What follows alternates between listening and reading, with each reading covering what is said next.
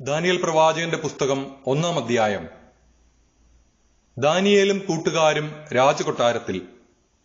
യഹൂദ രാജാവായ യെഹോയാക്കീമിന്റെ 3-ാം ഭരണവർഷം ബാബിലോൺ രാജാവായ നബൂഖദ്നേസർ ജെറുസലേമിനെതിരെ വന്ന് അതിനെ ആക്രമിച്ചു. കർത്താവ് യൂദാ രാജാവായ യെഹോയാക്കീമിനെ അവന് ഏൽപ്പിച്ചു കൊടുത്തു. ദേവാലയത്തിലെ പാത്രങ്ങളിൽ ചിലതും അവിടുന്ന് അവന് നൽകി. നബൂഖദ്നേസർ അവനെ പാത്രങ്ങളോടൊപ്പം ഷീനാർ ദേശത്ത് തന്റെ ദേവന്റെ ക്ഷേത്രത്തിലേക്ക് കൊണ്ടുപോന്നു. പാത്രങ്ങൾ ദേവന്റെ ഭണ്ഡാരത്തിൽ സൂക്ഷിച്ചു. ഷണ്ഡന്മാരുടെ നായകനായ അഷ്പേനാസിനോട് രാജാവ് കൽപ്പിച്ചു, രാജകുലത്തിലും പ്രഭുവർഗത്തിലും ജനിച്ച കുറെ ഇസ്രായേൽക്കാരെ കൊണ്ടുവരിക. അവർ കുറ്റമറ്റവരും സുമുഖരും വൈദഗ്ധ്യമുള്ളവരും വിജ്ഞാനം ആർജിച്ചവരും ഗ്രഹണശക്തിയുള്ളവരും കൊട്ടാരത്തിൽ സേവനം ചെയ്യാൻ കഴിവുള്ളവരും ആയ യുവാക്കളായിരിക്കണം. കൽദായ ഭാഷയും ലിപിയും അവരെ പഠിപ്പിക്കണം.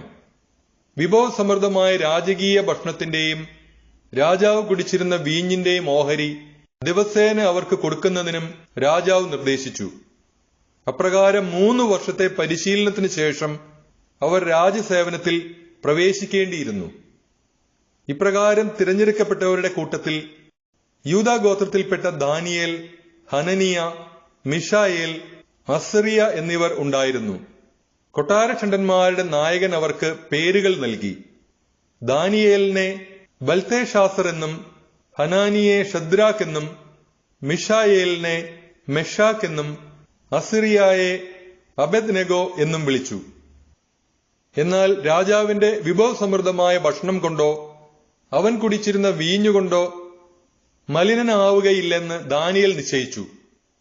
അതിനാൽ മലിനനാകാതിരിക്കാൻ തന്നെ അനുവദിക്കണമെന്നവൻ ഷണ്ഡന്മാരുടെ നായകനോട് അഭ്യർത്ഥിച്ചു. ദാനിയേലിനോട് അവന് പ്രീതിയും അനുകമ്പയും തോന്നാൻ ദൈവം ഇടയാക്കി. അവൻ ദാനിയേലിനോട് പറഞ്ഞു, നിന്റെ പ്രായത്തിലുള്ള മറ്റു യുവാക്കന്മാരെക്കാൾ നീ ക്ഷീണിച്ചിരിക്കുന്നതായി നിനക്ക് ഭക്ഷണപാനീയങ്ങൾ തരാൻ നിയോഗിച്ച എന്റെ രാജാവ് കണ്ടേക്കുമെന്ന് ഞാൻ ഭയപ്പെടുന്നു. അങ്ങനെയായാൽ രാജസമക്ഷം എന്റെ ജീവൻ നീ അപകടത്തിലാക്കും.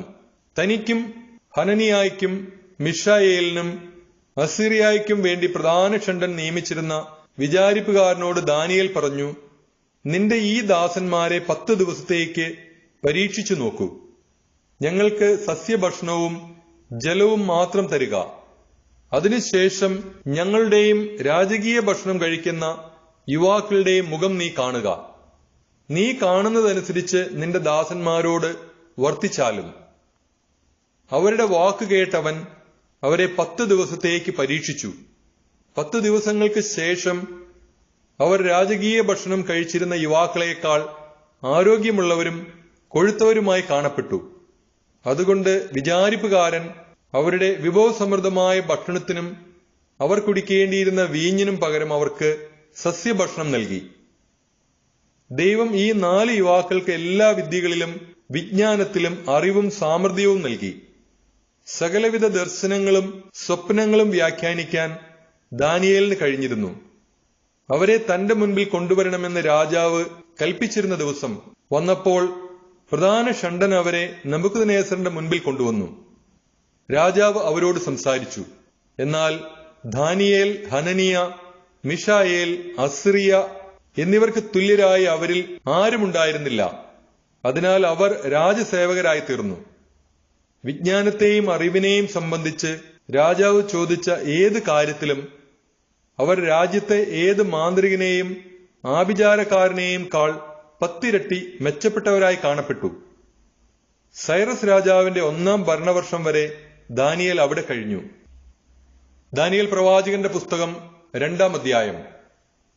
നബൂഖദ്നേസറിന്റെ സ്വപ്നം. നബൂഖദ്നേസറിന്റെ 2-ാം ഭരണവർഷം രാജാവിന് ചില സ്വപ്നങ്ങളുണ്ടായി. തന്മൂലം അവന്റെ മനസ്സ് കലങ്ങി, ഉറക്കം നഷ്ടപ്പെട്ടു. സ്വപ്നം വ്യാഖ്യാനിക്കാൻ മന്ത്രവാദികളെയും ആഭിചാരകന്മാരെയും ക്ഷുദ്രപ്രയോഗക്കാരെയും കൽദാരെയും വരുത്താൻ രാജാവ് കൽപ്പിച്ചു. അവരെല്ലാവരും രാജസന്നിധിയിൽ വന്നു. രാജാവ് അവരോട് പറഞ്ഞു, എനിക്കൊരു സ്വപ്നമുണ്ടായി. അതിന്റെ അർത്ഥം അറിയാൻ എനിക്ക് ഉത്കണ്ഠയുണ്ട്.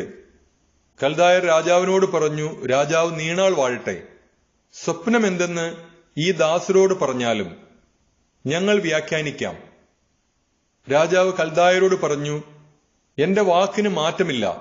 സ്വപ്നവും അതിന്റെ വ്യാഖ്യാനവും പറയുന്നില്ലെങ്കിൽ നിങ്ങളെ കഷ്ണം കഷ്ണമായി അരിയുകയും നിങ്ങളുടെ ഭവനങ്ങൾ നശിപ്പിക്കുകയും ചെയ്യും. എന്നാൽ സ്വപ്നവും അതിന്റെ വ്യാഖ്യാനവും നൽകിയാൽ വിശേഷ സമ്മാനങ്ങളും പ്രതിഫലവും വലിയ ബഹുമതിയും നിങ്ങൾക്ക് ലഭിക്കും. അതുകൊണ്ട് സ്വപ്നവും അതിന്റെ അർത്ഥവും പറയുവിൻ.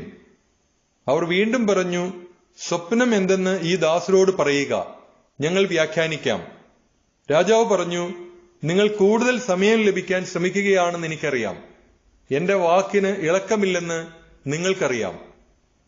സ്വപ്നം എന്തെന്ന് പറയുന്നില്ലെങ്കിൽ നിങ്ങളുടെ വിധി ഒന്നു മാത്രമാണെന്ന് നിങ്ങൾക്കറിയാം. അതിനാൽ ഈ സ്ഥിതിക്ക് മാറ്റം വരുന്നതുവരെ എന്റെ മുൻപിൽ വ്യാജവും ദുഷിച്ച വാക്കുകളും പറയാൻ നിങ്ങൾ ഒത്തുചേർന്നിരിക്കുകയാണ്.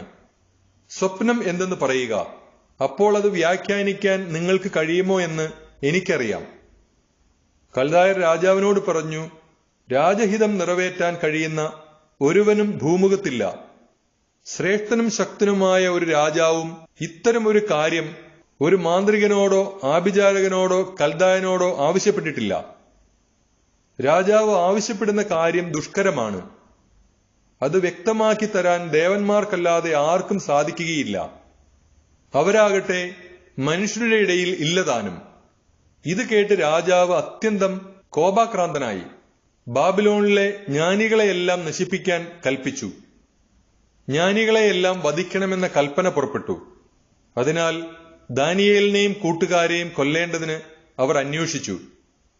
ബാബിലോണിലെ ജ്ഞാനികളെയെല്ലാം വധിക്കാൻ പുറപ്പെട്ട രാജസേനാനിയായ അരിയോക്കിനോട് ദാനിയേൽ ബുദ്ധിപൂർവമായും വിവേകത്തോടുകൂടെയും ചോദിച്ചു, എന്തുകൊണ്ടാണ് രാജകൽപ്പന ഇത്ര ക്രൂരമായിരിക്കുന്നത്?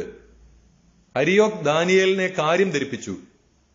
ദാനിയേൽ രാജസന്നിധിയിലെത്തി സ്വപ്നം വ്യാഖ്യാനിക്കാൻ തനിക്ക് സമയം അനുവദിക്കണമെന്ന് അപേക്ഷിച്ചു. പിന്നീട് ദാനിയേൽ വാസസ്ഥലത്ത് ചെന്ന് തന്റെ സ്നേഹിതരായ ഹനനിയായെയും മിഷായേലിനെയും അസറിയായെയും കാര്യമറിയിച്ചു. ബാബിലോണിലെ മറ്റ് ജ്ഞാനികളോടൊപ്പം താനും കൂട്ടുകാരും നശിക്കാതിരിക്കേണ്ടതിന് ഈ രഹസ്യത്തെപ്പറ്റി സ്വർഗസ്ഥനായ ദൈവത്തിന്റെ കരുണ യാചിക്കണമെന്ന് ദാനിയേൽ അവരോട് ആവശ്യപ്പെട്ടു. രാത്രിയിൽ ഒരു ദർശനത്തിൽ ദാനിയേലിന് രഹസ്യം വെളിപ്പെട്ടു. അപ്പോൾ അവൻ സ്വർഗസ്ഥനായ ദൈവത്തെ സ്തുതിച്ചു. അവൻ പറഞ്ഞു, ദൈവത്തിന്റെ നാമം എന്നെന്നും വാഴ്ത്തപ്പെടട്ടെ. ജ്ഞാനവും ശക്തിയും അവിടുത്തേതാണ്. സമയങ്ങളുടെയും കാലങ്ങളുടെയും മാറ്റം അവിടുന്ന് നിശ്ചയിക്കുന്നു. രാജാക്കന്മാരെ നീക്കുന്നതും വീണ്ടും പ്രതിഷ്ഠിക്കുന്നതും അവിടുന്നാണല്ലോ. ജ്ഞാനിക്ക് ജ്ഞാനവും അറിവുള്ളവന് അറിവും പ്രദാനം ചെയ്യുന്നത് അവിടുന്നാണ്. അഗാധവും അജ്ഞേയവുമായ കാര്യങ്ങൾ അവിടുന്ന് വെളിപ്പെടുത്തുന്നു. അന്ധകാരത്തിൽ മറഞ്ഞിരിക്കുന്നത് എന്താണെന്ന് അവിടുന്ന് അറിയുന്നു. പ്രകാശം അവിടുത്തോടൊപ്പം വസിക്കുന്നു. എന്റെ പിതാക്കന്മാരുടെ ദൈവമേ, ഞാൻ അങ്ങേക്ക് നന്ദി പറയുന്നു, അങ്ങയെ സ്തുതിക്കുന്നു. അങ്ങെനിക്ക് ജ്ഞാനവും ശക്തിയും നൽകി. ഞങ്ങൾ അപേക്ഷിച്ചത് അവിടുന്ന് എന്നെ അറിയിച്ചു. രാജാവിന്റെ സ്വപ്നം അങ്ങ് ഞങ്ങൾക്ക് വെളിപ്പെടുത്തി. ബാബിലോണിലെ ജ്ഞാനികളെ നശിപ്പിക്കാൻ രാജാവ് നിയമിച്ചിരിക്കുന്ന അരിയോക്കിനെ സമീപിച്ച് ദാനിയേൽ പറഞ്ഞു, ബാബിലോണിലെ ജ്ഞാനികളെ നശിപ്പിക്കരുത്. എന്നെ രാജസന്നിധിയിൽ കൊണ്ടുപോവുക. ഞാൻ രാജാവിന്റെ സ്വപ്നം വ്യാഖ്യാനിക്കാം. അരിയോക്ക് ഉടൻ തന്നെ ദാനിയേലിനെ രാജസന്നിധിയിൽ കൊണ്ടുചെന്ന് പറഞ്ഞു, രാജാവിന്റെ സ്വപ്നം വ്യാഖ്യാനിക്കാൻ കഴിവുള്ള ഒരുവനെ യൂദായിൽ നിന്നുള്ള പ്രവാസികളുടെ ഇടയിൽ ഞാൻ കണ്ടെത്തിയിരിക്കുന്നു. ബൽത്തേഷാസർ എന്ന് പേരുള്ള ദാനിയേലിനോട് രാജാവ് ചോദിച്ചു, ഞാൻ കണ്ട സ്വപ്നവും അതിന്റെ വ്യാഖ്യാനവും വെളിപ്പെടുത്താൻ നിനക്ക് കഴിയുമോ? ദാനിയേൽ പറഞ്ഞു, ഒരു ജ്ഞാനിക്കും ആഭിചാരകനും മാന്ത്രികനും ജ്യോത്സ്യനും രാജാവ് ആവശ്യപ്പെട്ട രഹസ്യം വെളിപ്പെടുത്താനാവില്ല. എന്നാൽ രഹസ്യങ്ങൾ വെളിപ്പെടുത്തുന്ന ഒരു ദൈവം സ്വർഗത്തിലുണ്ട്. അവിടുന്ന് ഭാവിയിൽ സംഭവിക്കാനിരിക്കുന്ന കാര്യങ്ങൾ നബൂഖദ്നേസർ രാജാവിന് വെളിപ്പെടുത്തിയിരിക്കുന്നു. നിന്റെ സ്വപ്നവും കിടക്കയിൽ വെച്ചുണ്ടായ ദർശനങ്ങളും ഇവയാണ്. രാജാവേ, ഭാവിയിൽ സംഭവിക്കാനിരിക്കുന്നവയെപ്പറ്റി ചില ചിന്തകൾ കിടക്കയിലായിരിക്കുമ്പോൾ നിനക്കുണ്ടായി. രഹസ്യങ്ങൾ വെളിപ്പെടുത്തുന്നവൻ വരാനിരിക്കുന്ന കാര്യങ്ങൾ നിന്നെ അറിയിച്ചിരിക്കുന്നു.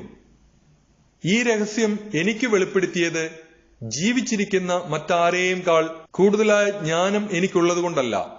പ്രത്യുത രാജാവ് വ്യാഖ്യാനം അറിയേണ്ടതിനും മനസ്സിലുള്ള വിചാരങ്ങൾ ഗ്രഹിക്കേണ്ടതിനുമാണ്. രാജാവേ, നീ വലിയ ഒരു പ്രതിമ കണ്ടു. തിളങ്ങുന്ന ആ വലിയ പ്രതിമ നിന്റെ മുൻപിൽ നിന്നു. അതിന്റെ രൂപം ഭയങ്കരമായിരുന്നു. ആ പ്രതിമയുടെ ശിരസ് തങ്കം കൊണ്ടും മാറിടവും കരങ്ങളും വെള്ളി കൊണ്ടും വയറും തുടകളും ഓടുകൊണ്ടും കാലുകൾ ഇരുമ്പും കൊണ്ടുമായിരുന്നു. പാദങ്ങൾ ഇരുമ്പും കളിമണ്ണും ചേർന്നതും. നീ നോക്കിക്കൊണ്ടിരിക്കെ ഒരു കല്ല് ആരും തൊടാതെ അടർന്നു വന്ന് ബിംബത്തിന്റെ ഇരുമ്പും കളിമണ്ണും ചേർന്ന പാദങ്ങളിൽ പതിച്ച് അതിനെ ഛിന്ന ഭിന്നമാക്കി. ഇരുമ്പും കളിമണ്ണും ഓടും വെള്ളിയും സ്വർണവുമെല്ലാം ഒന്നുപോലെ പൊടിഞ്ഞ് വേനൽക്കാലത്ത് മെതിക്കളത്തിലെ പതിരുപോലെയായി. അവയുടെ ഒരു തരി പോലും കാണാനില്ലാത്ത വിധം കാറ്റവയെ പറത്തിക്കൊണ്ടുപോയി. പ്രതിമ തകർത്ത കല്ലാകട്ടെ ഒരു മഹാപർവ്വതമായി തീർന്ന് ഭൂമി മുഴുവൻ നിറഞ്ഞു. ഇതായിരുന്നു സ്വപ്നം. ഞങ്ങൾ ഇതിന്റെ വ്യാഖ്യാനവും നിന്നോട് പറയാം. രാജാവേ, രാജാധിരാജനായ നിനക്ക് സ്വർഗസ്ഥനായ ദൈവം അധികാരവും ശക്തിയും മഹത്വവും നൽകി. എല്ലായിടത്തുമുള്ള മനുഷ്യമക്കളെയും വന്യമൃഗങ്ങളെയും ആകാശപ്പറവകളെയും അടക്കി ഭരിക്കാൻ ദൈവം നിന്നെ ഏൽപ്പിച്ചു. സ്വർണം കൊണ്ടുള്ള തല നീ തന്നെ. നിനക്ക് ശേഷം നിന്റേതിനേക്കാൾ പ്രതാപം കുറഞ്ഞ ഒരു സാമ്രാജ്യമുണ്ടാകും. മൂന്നാമതാകട്ടെ ഭൂമി മുഴുവൻ അടക്കി ഭരിക്കുന്ന ഓടുകൊണ്ടുള്ള സാമ്രാജ്യവും. നാലാമത് ഇരുമ്പ് പോലെ ശക്തിയുള്ള രാജ്യമാണ്. ഇരുമ്പ് എല്ലാ വസ്തുക്കളെയും തകർത്ത് തരിപ്പണമാക്കുന്നു. ഞെരിച്ചു തകർക്കുന്ന ഇരുമ്പ് പോലെ അത് എല്ലാറ്റിനെയും തകർത്ത് ഞെരിക്കും.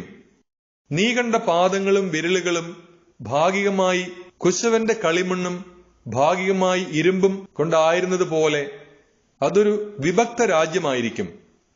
എന്നാൽ ഉടഞ്ഞു പോകുന്ന കളിമണ്ണിനോട് ഇരുമ്പ് ചേർക്കപ്പെട്ടിരുന്നതായി നീ ദർശിച്ചതുപോലെ ഇരുമ്പിന്റെ ഉറപ്പ് അതിനും ഭാഗികമായി ഉണ്ടായിരിക്കും. വിരലുകൾ ഭാഗികമായി ഇരുമ്പും കളിമണ്ണുമായിരുന്നതുപോലെ രാജ്യവും ഭാഗികമായി ശക്തവും ഭാഗികമായി ദുർബലവുമായിരിക്കും. ഉറപ്പില്ലാത്ത കളിമണ്ണിനോട് ഇരുമ്പ് ചേർക്കപ്പെട്ടതായി നീ കണ്ടതുപോലെ അവർ വിവാഹത്തിൽ പരസ്പരം ഇടകലരും. പക്ഷേ ഇരുമ്പ് കളിമണ്ണുമായി കലരാത്തതുപോലെ അവരും തമ്മിൽ ചേരുകയില്ല. ആ രാജാക്കന്മാരുടെ നാളുകളിൽ ഒരിക്കലും നശിപ്പിക്കപ്പെടാത്തതും പരമാധികാരം മറ്റൊരു ജനതയ്ക്കും വിട്ടുകൊടുക്കാത്തതുമായ ഒരു രാജ്യം സ്വർഗസ്ഥനായ ദൈവം പടുത്തുയർത്തും. മേൽപ്പറഞ്ഞ രാജ്യങ്ങളെ എല്ലാം തകർത്തില്ലാതാക്കി അത് എന്നേക്കും നിലനിൽക്കും. മലമുകളിൽ നിന്ന് ആരും തൊടാതെ കല്ല് അടർന്നു വരുന്നതും ഇരുമ്പും ഓടും കളിമണ്ണും വെള്ളിയും സ്വർണവും ഇടിച്ചു പൊടിയാക്കുന്നതും നീ ദർശിച്ചതുപോലെ തന്നെ. ഉന്നതനായ ദൈവമാണ് ഭാവി കാര്യങ്ങൾ നിനക്ക് വെളിപ്പെടുത്തി തന്നിരിക്കുന്നത്. സ്വപ്നം തീർച്ചയായും ഇതുതന്നെ, വ്യാഖ്യാനത്തിനും മാറ്റമില്ല. അപ്പോൾ നെബൂഖദ്നേസർ രാജാവ് സാഷ്ടാംഗം വീണ് ദാനിയേലിനെ വന്ദിച്ചു. കാഴ്ചയും ധൂപവും അവനുവേണ്ടി അർപ്പിക്കാൻ കൽപ്പിക്കുകയും ചെയ്തു. രാജാവ് ദാനിയേലിനോട് പറഞ്ഞു, നിന്റെ ദൈവം സത്യമായും ദേവന്മാരുടെ ദൈവവും രാജാക്കന്മാരുടെ കർത്താവും രഹസ്യങ്ങൾ വെളിപ്പെടുത്തുന്നവനുമാണ്. എന്തെന്നാൽ ഈ രഹസ്യം വെളിപ്പെടുത്താൻ നിനക്ക് കഴിഞ്ഞിരിക്കുന്നു. രാജാവ് ഉന്നത ബഹുമതികളും വിലപ്പെട്ട സമ്മാനങ്ങളും ദാനിയേലിന് കൊടുത്തു. അവനെ ബാബിലോൺ പ്രവിശ്യയുടെ ഭരണകർത്താവും ബാബിലോണിലെ എല്ലാ ജ്ഞാനികളുടെയും തലവനും ആയി നിയമിക്കുകയും ചെയ്തു. ഷദ്രാക്, മെഷാക്, അബേദ്നേഗോ എന്നിവരെ ദാനിയേലിന്റെ അപേക്ഷയനുസരിച്ച് അവൻ ബാബിലോൺ പ്രവിശ്യയുടെ ചുമതല ഏൽപ്പിച്ചു. ദാനിയേൽ രാജകൊട്ടാരത്തിൽ വസിച്ചു. ദാനിയേലിന്റെ പുസ്തകം 3-ാം അധ്യായം. 3 യുവാക്കന്മാർ തീച്ചൂളയിൽ. നെബൂഖദ്നേസർ രാജാവ് 60 മുഴം ഉയരവും 6 മുഴം വണ്ണവുമുള്ള ഒരു സ്വർണ്ണ വിഗ്രഹമുണ്ടാക്കി. ബാബിലോൺ ദേശത്തെ ധൂര താഴ്വരയിൽ അവനത് സ്ഥാപിച്ചു. താൻ നിർമ്മിച്ച പ്രതിമയുടെ പ്രതിഷ്ഠയ്ക്ക് പ്രധാന ദേശാധിപതികളെയും സ്ഥാനപതികളെയും നാടുവാഴികളെയും ഉപദേശകരെയും ഭണ്ഡാരം വിചാരിപ്പുകാരെയും ന്യായാധിപന്മാരെയും നിയമജ്ഞരെയും ദേശത്തുള്ള സകല സ്ഥാനികളെയും വിളിച്ചുകൂട്ടാൻ നെബൂഖദ്നേസർ ആളയച്ചു. എല്ലാവരും രാജാവ് നിർമ്മിച്ച പ്രതിമയുടെ പ്രതിഷ്ഠയ്ക്ക് വന്നു ചേർന്നു. അവർ പ്രതിമയ്ക്ക് ചുറ്റും നിന്നു.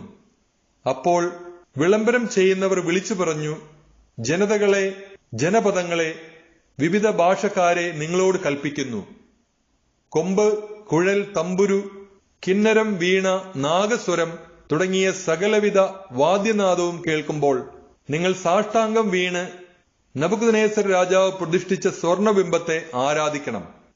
ആരെങ്കിലും അപ്രകാരം ചെയ്യുന്നില്ലെങ്കിൽ അവനെ തൽക്ഷണം എരിയുന്ന തീച്ചുളയിൽ എറിയും. അതുകൊണ്ട് കൊമ്പ്, കുഴൽ, തമ്പുരു, കിന്നരം, വീണ, നാഗസ്വരം തുടങ്ങിയ വാദ്യനാദങ്ങൾ കേട്ട മാത്രയിൽ ആ ജനതകളും രാജ്യക്കാരും വിവിധ ഭാഷക്കാരും നബൂഖദ്നേസർ സ്ഥാപിച്ച സ്വർണബിംബത്തെ സാഷ്ടാംഗം വീണ് നമസ്കരിച്ചു. അപ്പോൾ ചില കൽദായർ മുൻപോട്ട് വന്ന് ദുരുദ്ദേശത്തോടെ യഹൂദരുടെ മേൽ കുറ്റം ചുമത്തി. അവർ നബൂഖദ്നേസർ രാജാവിനോട് പറഞ്ഞു, രാജാവ് നീണാൾ വാഴട്ടെ. രാജാവേ, കൊമ്പ്, കുഴൽ, തമ്പുരു, കിന്നരം, വീണ, നാഗസ്വരം തുടങ്ങിയ വാദ്യനാദങ്ങൾ മുഴങ്ങുമ്പോൾ എല്ലാവരും സ്വർണപ്രതിമയെ താണുവീണ് ആരാധിക്കണമെന്ന് നീ കൽപ്പിച്ചിരുന്നല്ലോ. സാഷ്ടാംഗം വീണ് ആരാധന നടത്താത്തവൻ ആരായാലും അവൻ കത്തിക്കാളുന്ന അഗ്നികുണ്ഡത്തിൽ എറിയപ്പെടുമെന്നും നീ കൽപ്പിച്ചിരുന്നു. രാജാവേ, ബാബിലോൺ ദേശത്തെ ഭരണാധികാരികളായി നീ നിയമിച്ചിരുന്ന ഷദ്രാക്ക്, മെഷാക്ക്, അബേദ്നെഗോ എന്നീ യഹൂദർ നിന്നെ അനുസരിക്കുന്നില്ല. അവർ നിന്റെ ദേവന്മാരെ സേവിക്കുകയോ നീ പ്രതിഷ്ഠിച്ച സ്വർണ വിഗ്രഹത്തെ ആരാധിക്കുകയോ ചെയ്യുന്നില്ല. അപ്പോൾ ഉഗ്രകോപം പൂണ്ട നബൂഖദ്നേസർ ഷദ്രാക്കിനെയും മിഷാക്കിനെയും അബേദ്നെഗോയെയും കൊണ്ടുവരാൻ കൽപ്പിച്ചു. അവരെ രാജസന്നിധിയിൽ കൊണ്ടുവന്നു. നബൂഖദ്നേസർ ചോദിച്ചു, ഹേ ഷദ്രാക്ക്, മിഷാക്ക്, അബേദ്നെഗോ, നിങ്ങൾ എന്റെ ദേവന്മാരെ സേവിക്കുന്നില്ലെന്നും ഞാൻ സ്ഥാപിച്ച പ്രതിമയെ ആരാധിക്കുന്നില്ലെന്നും കേട്ടത് സത്യമാണോ? കൊമ്പ്, കുഴൽ, തമ്പുരു, കിന്നരം, വീണ, നാഗസ്വരം തുടങ്ങിയവയുടെ നാദം കേൾക്കുമ്പോൾ ഞാൻ പ്രതിഷ്ഠിച്ച പ്രതിമയെ താണുവീണ് ആരാധിക്കുന്നെങ്കിൽ നിങ്ങൾക്ക് നന്ന്. അല്ലെങ്കിൽ ഉടൻ തന്നെ നിങ്ങളെ എരിയുന്ന തീച്ചുളയിൽ എറിഞ്ഞു കളയും. ഏത് ദേവൻ എന്റെ കരങ്ങളിൽ നിന്ന് നിങ്ങളെ രക്ഷിക്കും? ഷദ്രാക്കും മിഷാക്കും അബേദ്നെഗോയും രാജാവിനോട് പറഞ്ഞു, അല്ലയോ നബൂഖദ്നേസർ, ഇക്കാര്യത്തിൽ ഞങ്ങൾ ഉത്തരം പറയേണ്ടതില്ല. രാജാവേ, ഞങ്ങൾ സേവിക്കുന്ന ഞങ്ങളുടെ ദൈവം എരിയുന്ന തീച്ചൂളയിൽ നിന്ന് ഞങ്ങളെ രക്ഷിക്കാൻ കഴിവുള്ളവനാണ്. അവിടുന്ന് ഞങ്ങളെ നിന്റെ കയ്യിൽ നിന്ന് മോചിപ്പിക്കും. ഇക്കാര്യം നീ അറിഞ്ഞുകൊള്ളുക. അവിടുന്ന് ഞങ്ങളെ മോചിപ്പിച്ചില്ലെങ്കിൽ പോലും ഞങ്ങൾ നിന്റെ ദേവന്മാരെയോ നീ നിർമ്മിച്ച സ്വർണബിംബത്തെയോ ആരാധിക്കുകയില്ല. ഷദ്രാക്കിനും മെഷാക്കിനും അബേദ്നെഗോയ്ക്കും നേരെ കോപം കൊണ്ട് നിറഞ്ഞ നബൂഖദ്നേസറിന്റെ മുഖഭാവം മാറി. ചൂള പതിവിൽ 7 മടങ്ങ് ജ്വലിപ്പിക്കാൻ അവൻ കൽപ്പിച്ചു. ഷദ്രാക്കിനെയും മെഷാക്കിനെയും അബേദ്നെഗോയെയും ബന്ധിച്ച് ആളിക്കത്തുന്ന ചൂളയിലേക്ക് വലിച്ചെറിയാൻ തന്റെ ശക്തരായ ഭടന്മാരോട് ആജ്ഞാപിച്ചു. പടയാളികൾ അവരെ അങ്കി, തൊപ്പി, മറ്റു വസ്ത്രങ്ങൾ എന്നിവയോടുകൂടെ ബന്ധിച്ച് ആളിക്കത്തുന്ന അഗ്നികുണ്ഡത്തിലേക്ക് എറിഞ്ഞു.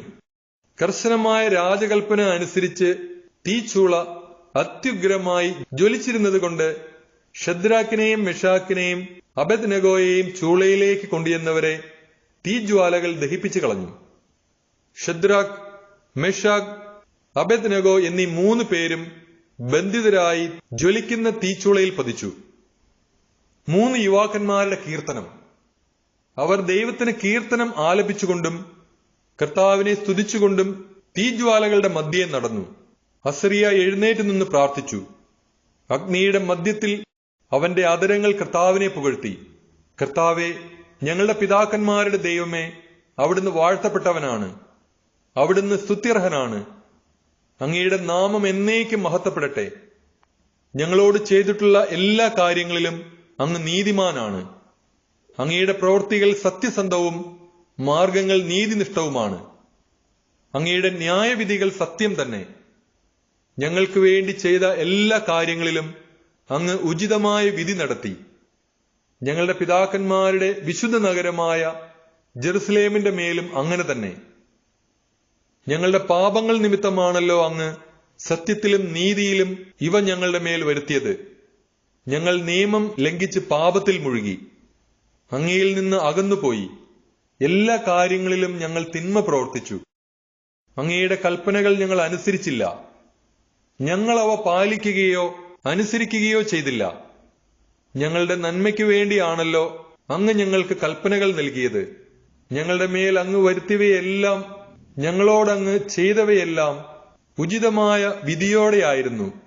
നിയമലംഘകരായ ശത്രുക്കളുടെയും ഏറ്റവും നിന്ദ്യരായ ധിക്കാരികളുടെയും ലോകത്തിലെ ഏറ്റവും ദുഷ്ടനായ അനീതി പ്രവർത്തിക്കുന്ന ഒരു രാജാവിന്റെയും കരങ്ങളിൽ അങ്ങ് ഞങ്ങളെ വിട്ടുകൊടുത്തിരിക്കുന്നു. ഇപ്പോഴാകട്ടെ വായ് തുറക്കുന്നതിന് പോലും ഞങ്ങൾക്ക് കഴിയുന്നില്ല. ലജ്ജയും അവമാനവും അങ്ങയുടെ ദാസരെയും ആരാധകരെയും ബാധിച്ചിരിക്കുന്നു. അങ്ങയുടെ നാമത്തെ പ്രതി ഞങ്ങളെ തീർത്തും പരിത്യജിക്കരുതേ. അങ്ങയുടെ ഉടമ്പടി ലംഘിക്കരുതേ. അങ്ങയുടെ സ്നേഹഭാജനമായ അബ്രാഹത്തെയും അങ്ങയുടെ ദാസനായ ഇസഹാക്കിനെയും അങ്ങയുടെ പരിശുദ്ധനായ ഇസ്രായേലിനെയും അനുസ്മരിച്ച് അങ്ങയുടെ കാരുണ്യം ഞങ്ങളിൽ നിന്ന് പിൻവലിച്ചു കളയരുതേ. ആകാശത്തിലെ നക്ഷത്രങ്ങൾ പോലെയും കടൽ തീരത്തെ മണൽ പോലെയും അവരുടെ സന്തതികളെ വർദ്ധിപ്പിക്കുമെന്ന് അങ്ങ് വാഗ്ദാനം ചെയ്തിട്ടുണ്ടല്ലോ. കർത്താവെ, ഞങ്ങൾ മറ്റേതൊരു ജനതയെയും കാൾ എണ്ണത്തിൽ കുറവായി. ഞങ്ങളുടെ പാപങ്ങൾ നിമിത്തം ഞങ്ങൾ ഇപ്പോഴിതാ ലോകത്തിൽ ഏറ്റവും നിന്ദ്യരായിരിക്കുന്നു. ഇക്കാലത്ത് രാജാവോ പ്രവാചകനോ നായകനോ ദഹനബലിയോ മറ്റു ബലികളോ അർച്ചനയോ ധൂപമോ ഞങ്ങൾക്കില്ല. അങ്ങേക്ക് ബലി അർപ്പിക്കുന്നതിനോ അങ്ങയുടെ കാരുണ്യം തേടുന്നതിനോ ഒരിടവും ഞങ്ങൾക്കില്ല. പക്ഷേ മുട്ടാടുകളും കാളകളും 10,000 ആടുകളും കൊണ്ടുള്ള ബലിയാൽ എന്ന പോലെ പശ്ചാത്താപ വിവശമായ ഹൃദയത്തോടും വിനീത മനസ്സോടും കൂടെ അങ്ങയെ സമീപിക്കുന്ന ഞങ്ങളെ സ്വീകരിക്കണമേ. ഇന്ന് അങ്ങയുടെ സന്നിധിയിൽ ഞങ്ങളുടെ ബലി ഇങ്ങനെയാണ്. ഞങ്ങൾ പൂർണ്ണ ഹൃദയത്തോടെ അങ്ങയെ അനുഗമിക്കും. എന്തെന്നാൽ അങ്ങിൽ ആശ്രയിക്കുന്ന ആരും ലജ്ജിക്കേണ്ടി വരികയില്ല. ഇപ്പോൾ പൂർണ്ണ ഹൃദയത്തോടെ ഞങ്ങൾ അങ്ങയെ അനുഗമിക്കുന്നു. ഞങ്ങൾ അങ്ങയെ ഭയപ്പെടുകയും അങ്ങയുടെ മുഖം തേടുകയും ചെയ്യുന്നു. ഞങ്ങൾ ലജ്ജിക്കാൻ ഇടയാക്കരുതേ. അങ്ങയുടെ അനന്ത കാരുണ്യത്തിനും ക്ഷമയ്ക്കും അനുസൃതമായി ഞങ്ങളോട് വർത്തിക്കണമേ. അങ്ങയുടെ അത്ഭുത പ്രവൃത്തികൾക്കൊത്ത് ഞങ്ങൾക്ക് മോചനം നൽകണമേ. കർത്താവെ, അങ്ങയുടെ നാമത്തിന് മഹത്വം നൽകണമേ. അങ്ങയുടെ ദാസരെ ഉപദ്രവിക്കുന്നവർ ലജ്ജിതരാകട്ടെ. അവർ അവമാനിതരും അധികാരവും ആധിപത്യവും നഷ്ടപ്പെട്ടവരുമാകട്ടെ. അവരുടെ ശക്തി ക്ഷയിച്ചു പോകട്ടെ. അഖില ലോകത്തിനും മേൽ മഹത്വപൂർണനും ഏക ദൈവവുമായ കർത്താവ് അങ്ങാണെന്ന് അവർ അറിയട്ടെ. അവരെ തീച്ചൂളയിൽ എറിഞ്ഞ രാജസേവകന്മാർ ഗന്ധകവും കീലും ചണച്ചവറും വിറകുമിട്ട് തീച്ചൂളയെ ഉജ്ജ്വലിപ്പിക്കുന്നതിൽ നിന്ന് പിന്മാറിയില്ല. തീജ്വാല ചൂളയിൽ നിന്ന് 49 മുഴം ആളി ഉയർന്നു. ചൂളയുടെ ചുറ്റും നിലയുറപ്പിച്ച കൽദായരെ അത് ദഹിപ്പിച്ചു കളഞ്ഞു. അസ്രിയായോടും കൂട്ടുകാരോടും കൂടെ നിൽക്കുന്നതിന് കർത്താവിന്റെ ദൂതൻ ചൂളയിലേക്ക് ഇറങ്ങിച്ചെന്നു. അവൻ ജ്വാലയെ ചൂളയിൽ നിന്ന് ആട്ടിയകറ്റി. ചൂളയുടെ മധ്യഭാഗം ജലഗണങ്ങൾ നിറഞ്ഞ കാറ്റ് വീശുന്ന സ്ഥലം പോലെയായി. അതുകൊണ്ട് അഗ്നി അവരെ സ്പർശിച്ചില്ല. അത് അവരെ ഉപദ്രവിക്കുകയോ ശല്യപ്പെടുത്തുകയോ ചെയ്തില്ല. അപ്പോൾ അവർ മൂവരും ഏകകണ്ഠമായി ദൈവത്തെ സ്തുതിക്കുകയും മഹത്വപ്പെടുത്തുകയും വാഴ്ത്തുകയും ചെയ്തു. കർത്താവെ, ഞങ്ങളുടെ പിതാക്കന്മാരുടെ ദൈവമേ, അങ്ങ് വാഴ്ത്തപ്പെട്ടവനാണ്.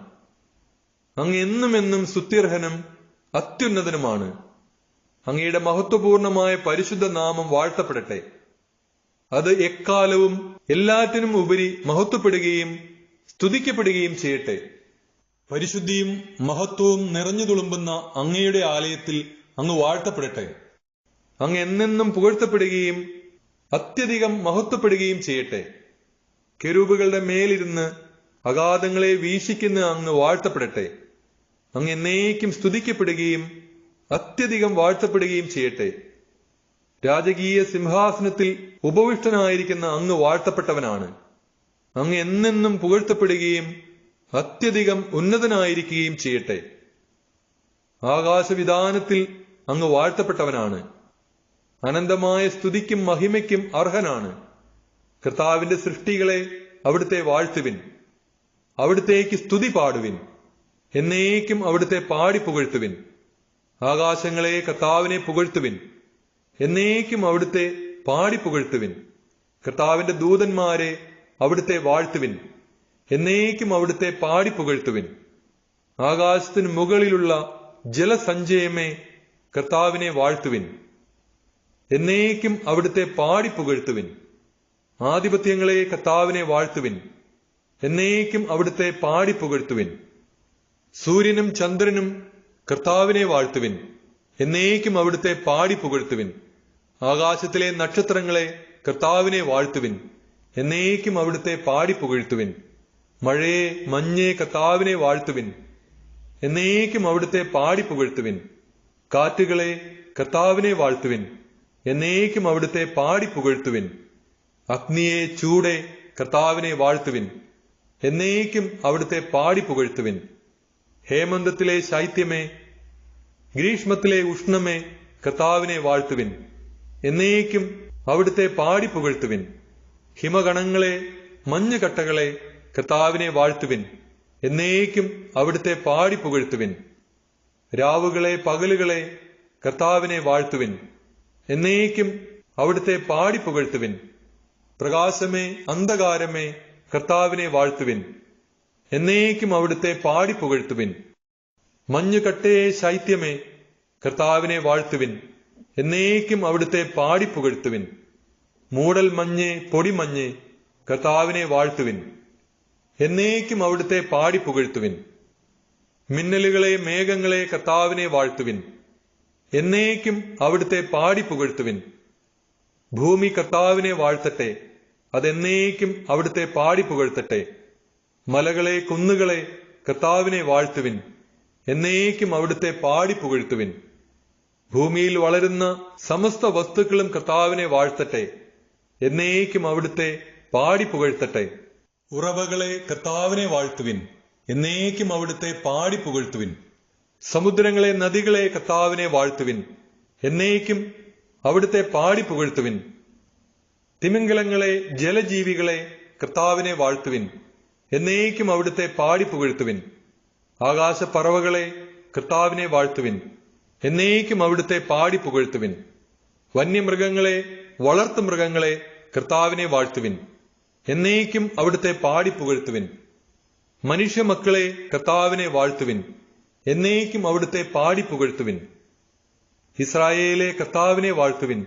എന്നേക്കും അവിടുത്തെ പാടിപ്പുകഴ്ത്തുവിൻ. കർത്താവിന്റെ പുരോഹിതരെ അവിടുത്തെ വാഴ്ത്തുവിൻ. എന്നേക്കും അവിടുത്തെ പാടിപ്പുകഴ്ത്തുവിൻ.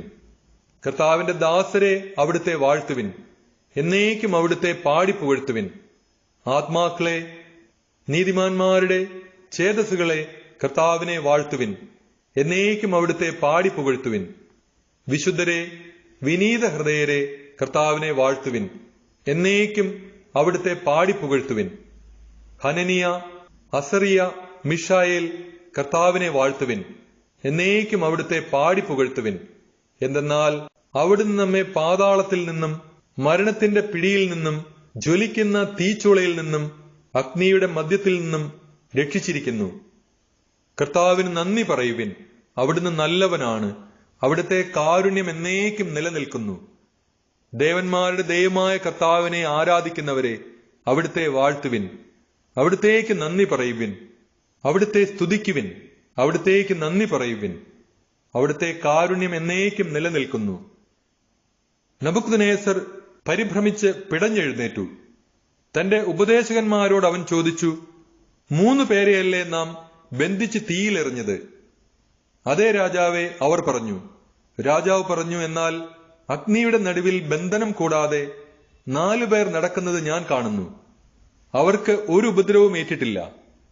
4-മത്തവൻ കാഴ്ചയിൽ ദേവകുമാരനെ പോലെ ഇരിക്കുന്നു. ജ്വലിക്കുന്ന തീച്ചൂളയുടെ വാതിൽക്കലെത്തി നബൂഖദ്നേസർ പറഞ്ഞു, ഷദ്രാഖ്, മെഷാഖ്, അബദ്നെഗോ, അത്യുന്നതനായ ദൈവത്തിന്റെ ദാസന്മാരായ നിങ്ങൾ പുറത്തു വരുവിൻ. അവർ അഗ്നിയിൽ നിന്ന് പുറത്തു വന്നു. പ്രധാന ദേശാധിപന്മാരും സ്ഥാനപതികളും നാടുവാഴികളും രാജാവിന്റെ ഉപദേശകരും വന്നുകൂടുകയും ആ 3 മേൽ അഗ്നിക്ക് ഒരു ശക്തിയും ഉണ്ടായിരുന്നില്ലെന്ന് കാണുകയും ചെയ്തു. അവരുടെ തലമുടി കരിയുകയോ വസ്ത്രത്തിന് കേടുപറ്റുകയോ അവർക്ക് തീയുടെ ഗന്ധം ഏൽക്കുകയോ ചെയ്തില്ല. നബൂഖദ്നേസർ പറഞ്ഞു, ഷദ്രാക്കിന്റെയും മിഷാക്കിന്റെയും അബദ്നെഗോയുടെയും ദൈവം വാഴ്ത്തപ്പെടട്ടെ. സ്വന്തം ദൈവത്തെയല്ലാതെ മറ്റൊരു ദേവനെയും ആരാധിക്കുകയോ സേവിക്കുകയോ ചെയ്യുന്നതിനേക്കാൾ സ്വശരീരങ്ങളെ പീഡനത്തിന് വിട്ടുകൊടുക്കുന്നതിനും രാജകൽപ്പനയെപ്പോലും അവഗണിക്കുന്നതിനും തക്കവിധം തന്നിൽ ആശ്രയിച്ച തന്റെ ദാസന്മാരെ അവിടുന്ന് സ്വന്തം ദൂതനെ അയച്ച് മോചിപ്പിച്ചുവല്ലോ. അതുകൊണ്ട് ഞാനിതാ ഒരു കൽപ്പന പുറപ്പെടുവിക്കുന്നു. ഷദ്രാക്കിന്റെയും മിഷാക്കിന്റെയും അബദ്നെഗോയുടെയും ദൈവത്തിനെതിരെ എന്തെങ്കിലും പറയുന്ന ജനതകളെയും ജനപദങ്ങളെയും ഭാഷക്കാരെയും കഷ്ണം കഷ്ണമായി ചീന്തിക്കളയും. അവരുടെ ഭവനങ്ങൾ നിലം പരിചാക്കും. എന്തെന്നാൽ ഈ വിധത്തിൽ രക്ഷിക്കാൻ കഴിവുള്ള വേറൊരു ദേവനില്ല. രാജാവ് ഷദ്രാക്കിനെയും മിഷാക്കിനെയും അബദ്നെഗോയെയും ബാബിലോൺ പ്രവിശ്യയിൽ ഉന്നത സ്ഥാനങ്ങളിൽ നിയമിച്ചു. ദാനിയേൽ പ്രവാചകന്റെ പുസ്തകം 4-ാം അധ്യായം. നബൂഖദ്നേസറിന്റെ 2-ാം സ്വപ്നം. നബൂഖദ്നേസർ രാജാവ് ഭൂമുഖത്തുള്ള സകല ജനതകൾക്കും ജനപദങ്ങൾക്കും ഭാഷക്കാർക്കും എഴുതുന്നത്: നിങ്ങൾക്ക് സമാധാനം സമൃദ്ധമായി ഉണ്ടാകട്ടെ. അത്യുന്നതനായ ദൈവം എനിക്ക് അറിയിച്ചു തന്ന അടയാളങ്ങളും അത്ഭുതങ്ങളും പ്രസിദ്ധമാക്കുന്നത് നല്ലതാണെന്ന് എനിക്ക് തോന്നുന്നു. അവിടുത്തെ അടയാളങ്ങൾ എത്ര മഹത്വമുള്ളത്!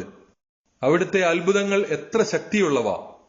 അവിടുത്തെ രാജ്യമോ എന്നേക്കും നിലനിൽക്കുന്നത്. അവിടുത്തെ ആധിപത്യം തലമുറകളോളം നിലനിൽക്കുന്നത്. നബൂഖദ്നേസറായ ഞാൻ എന്റെ കൊട്ടാരത്തിൽ സ്വൈര്യമായി ഐശ്വര്യത്തോടെ വസിക്കുകയായിരുന്നു. എനിക്കുണ്ടായ ഒരു സ്വപ്നം എന്നെ ഭയപ്പെടുത്തി. കിടക്കയിൽ വെച്ച് എനിക്കുണ്ടായ വിചിത്ര ദർശനങ്ങൾ എന്നെ അസ്വസ്ഥനാക്കി.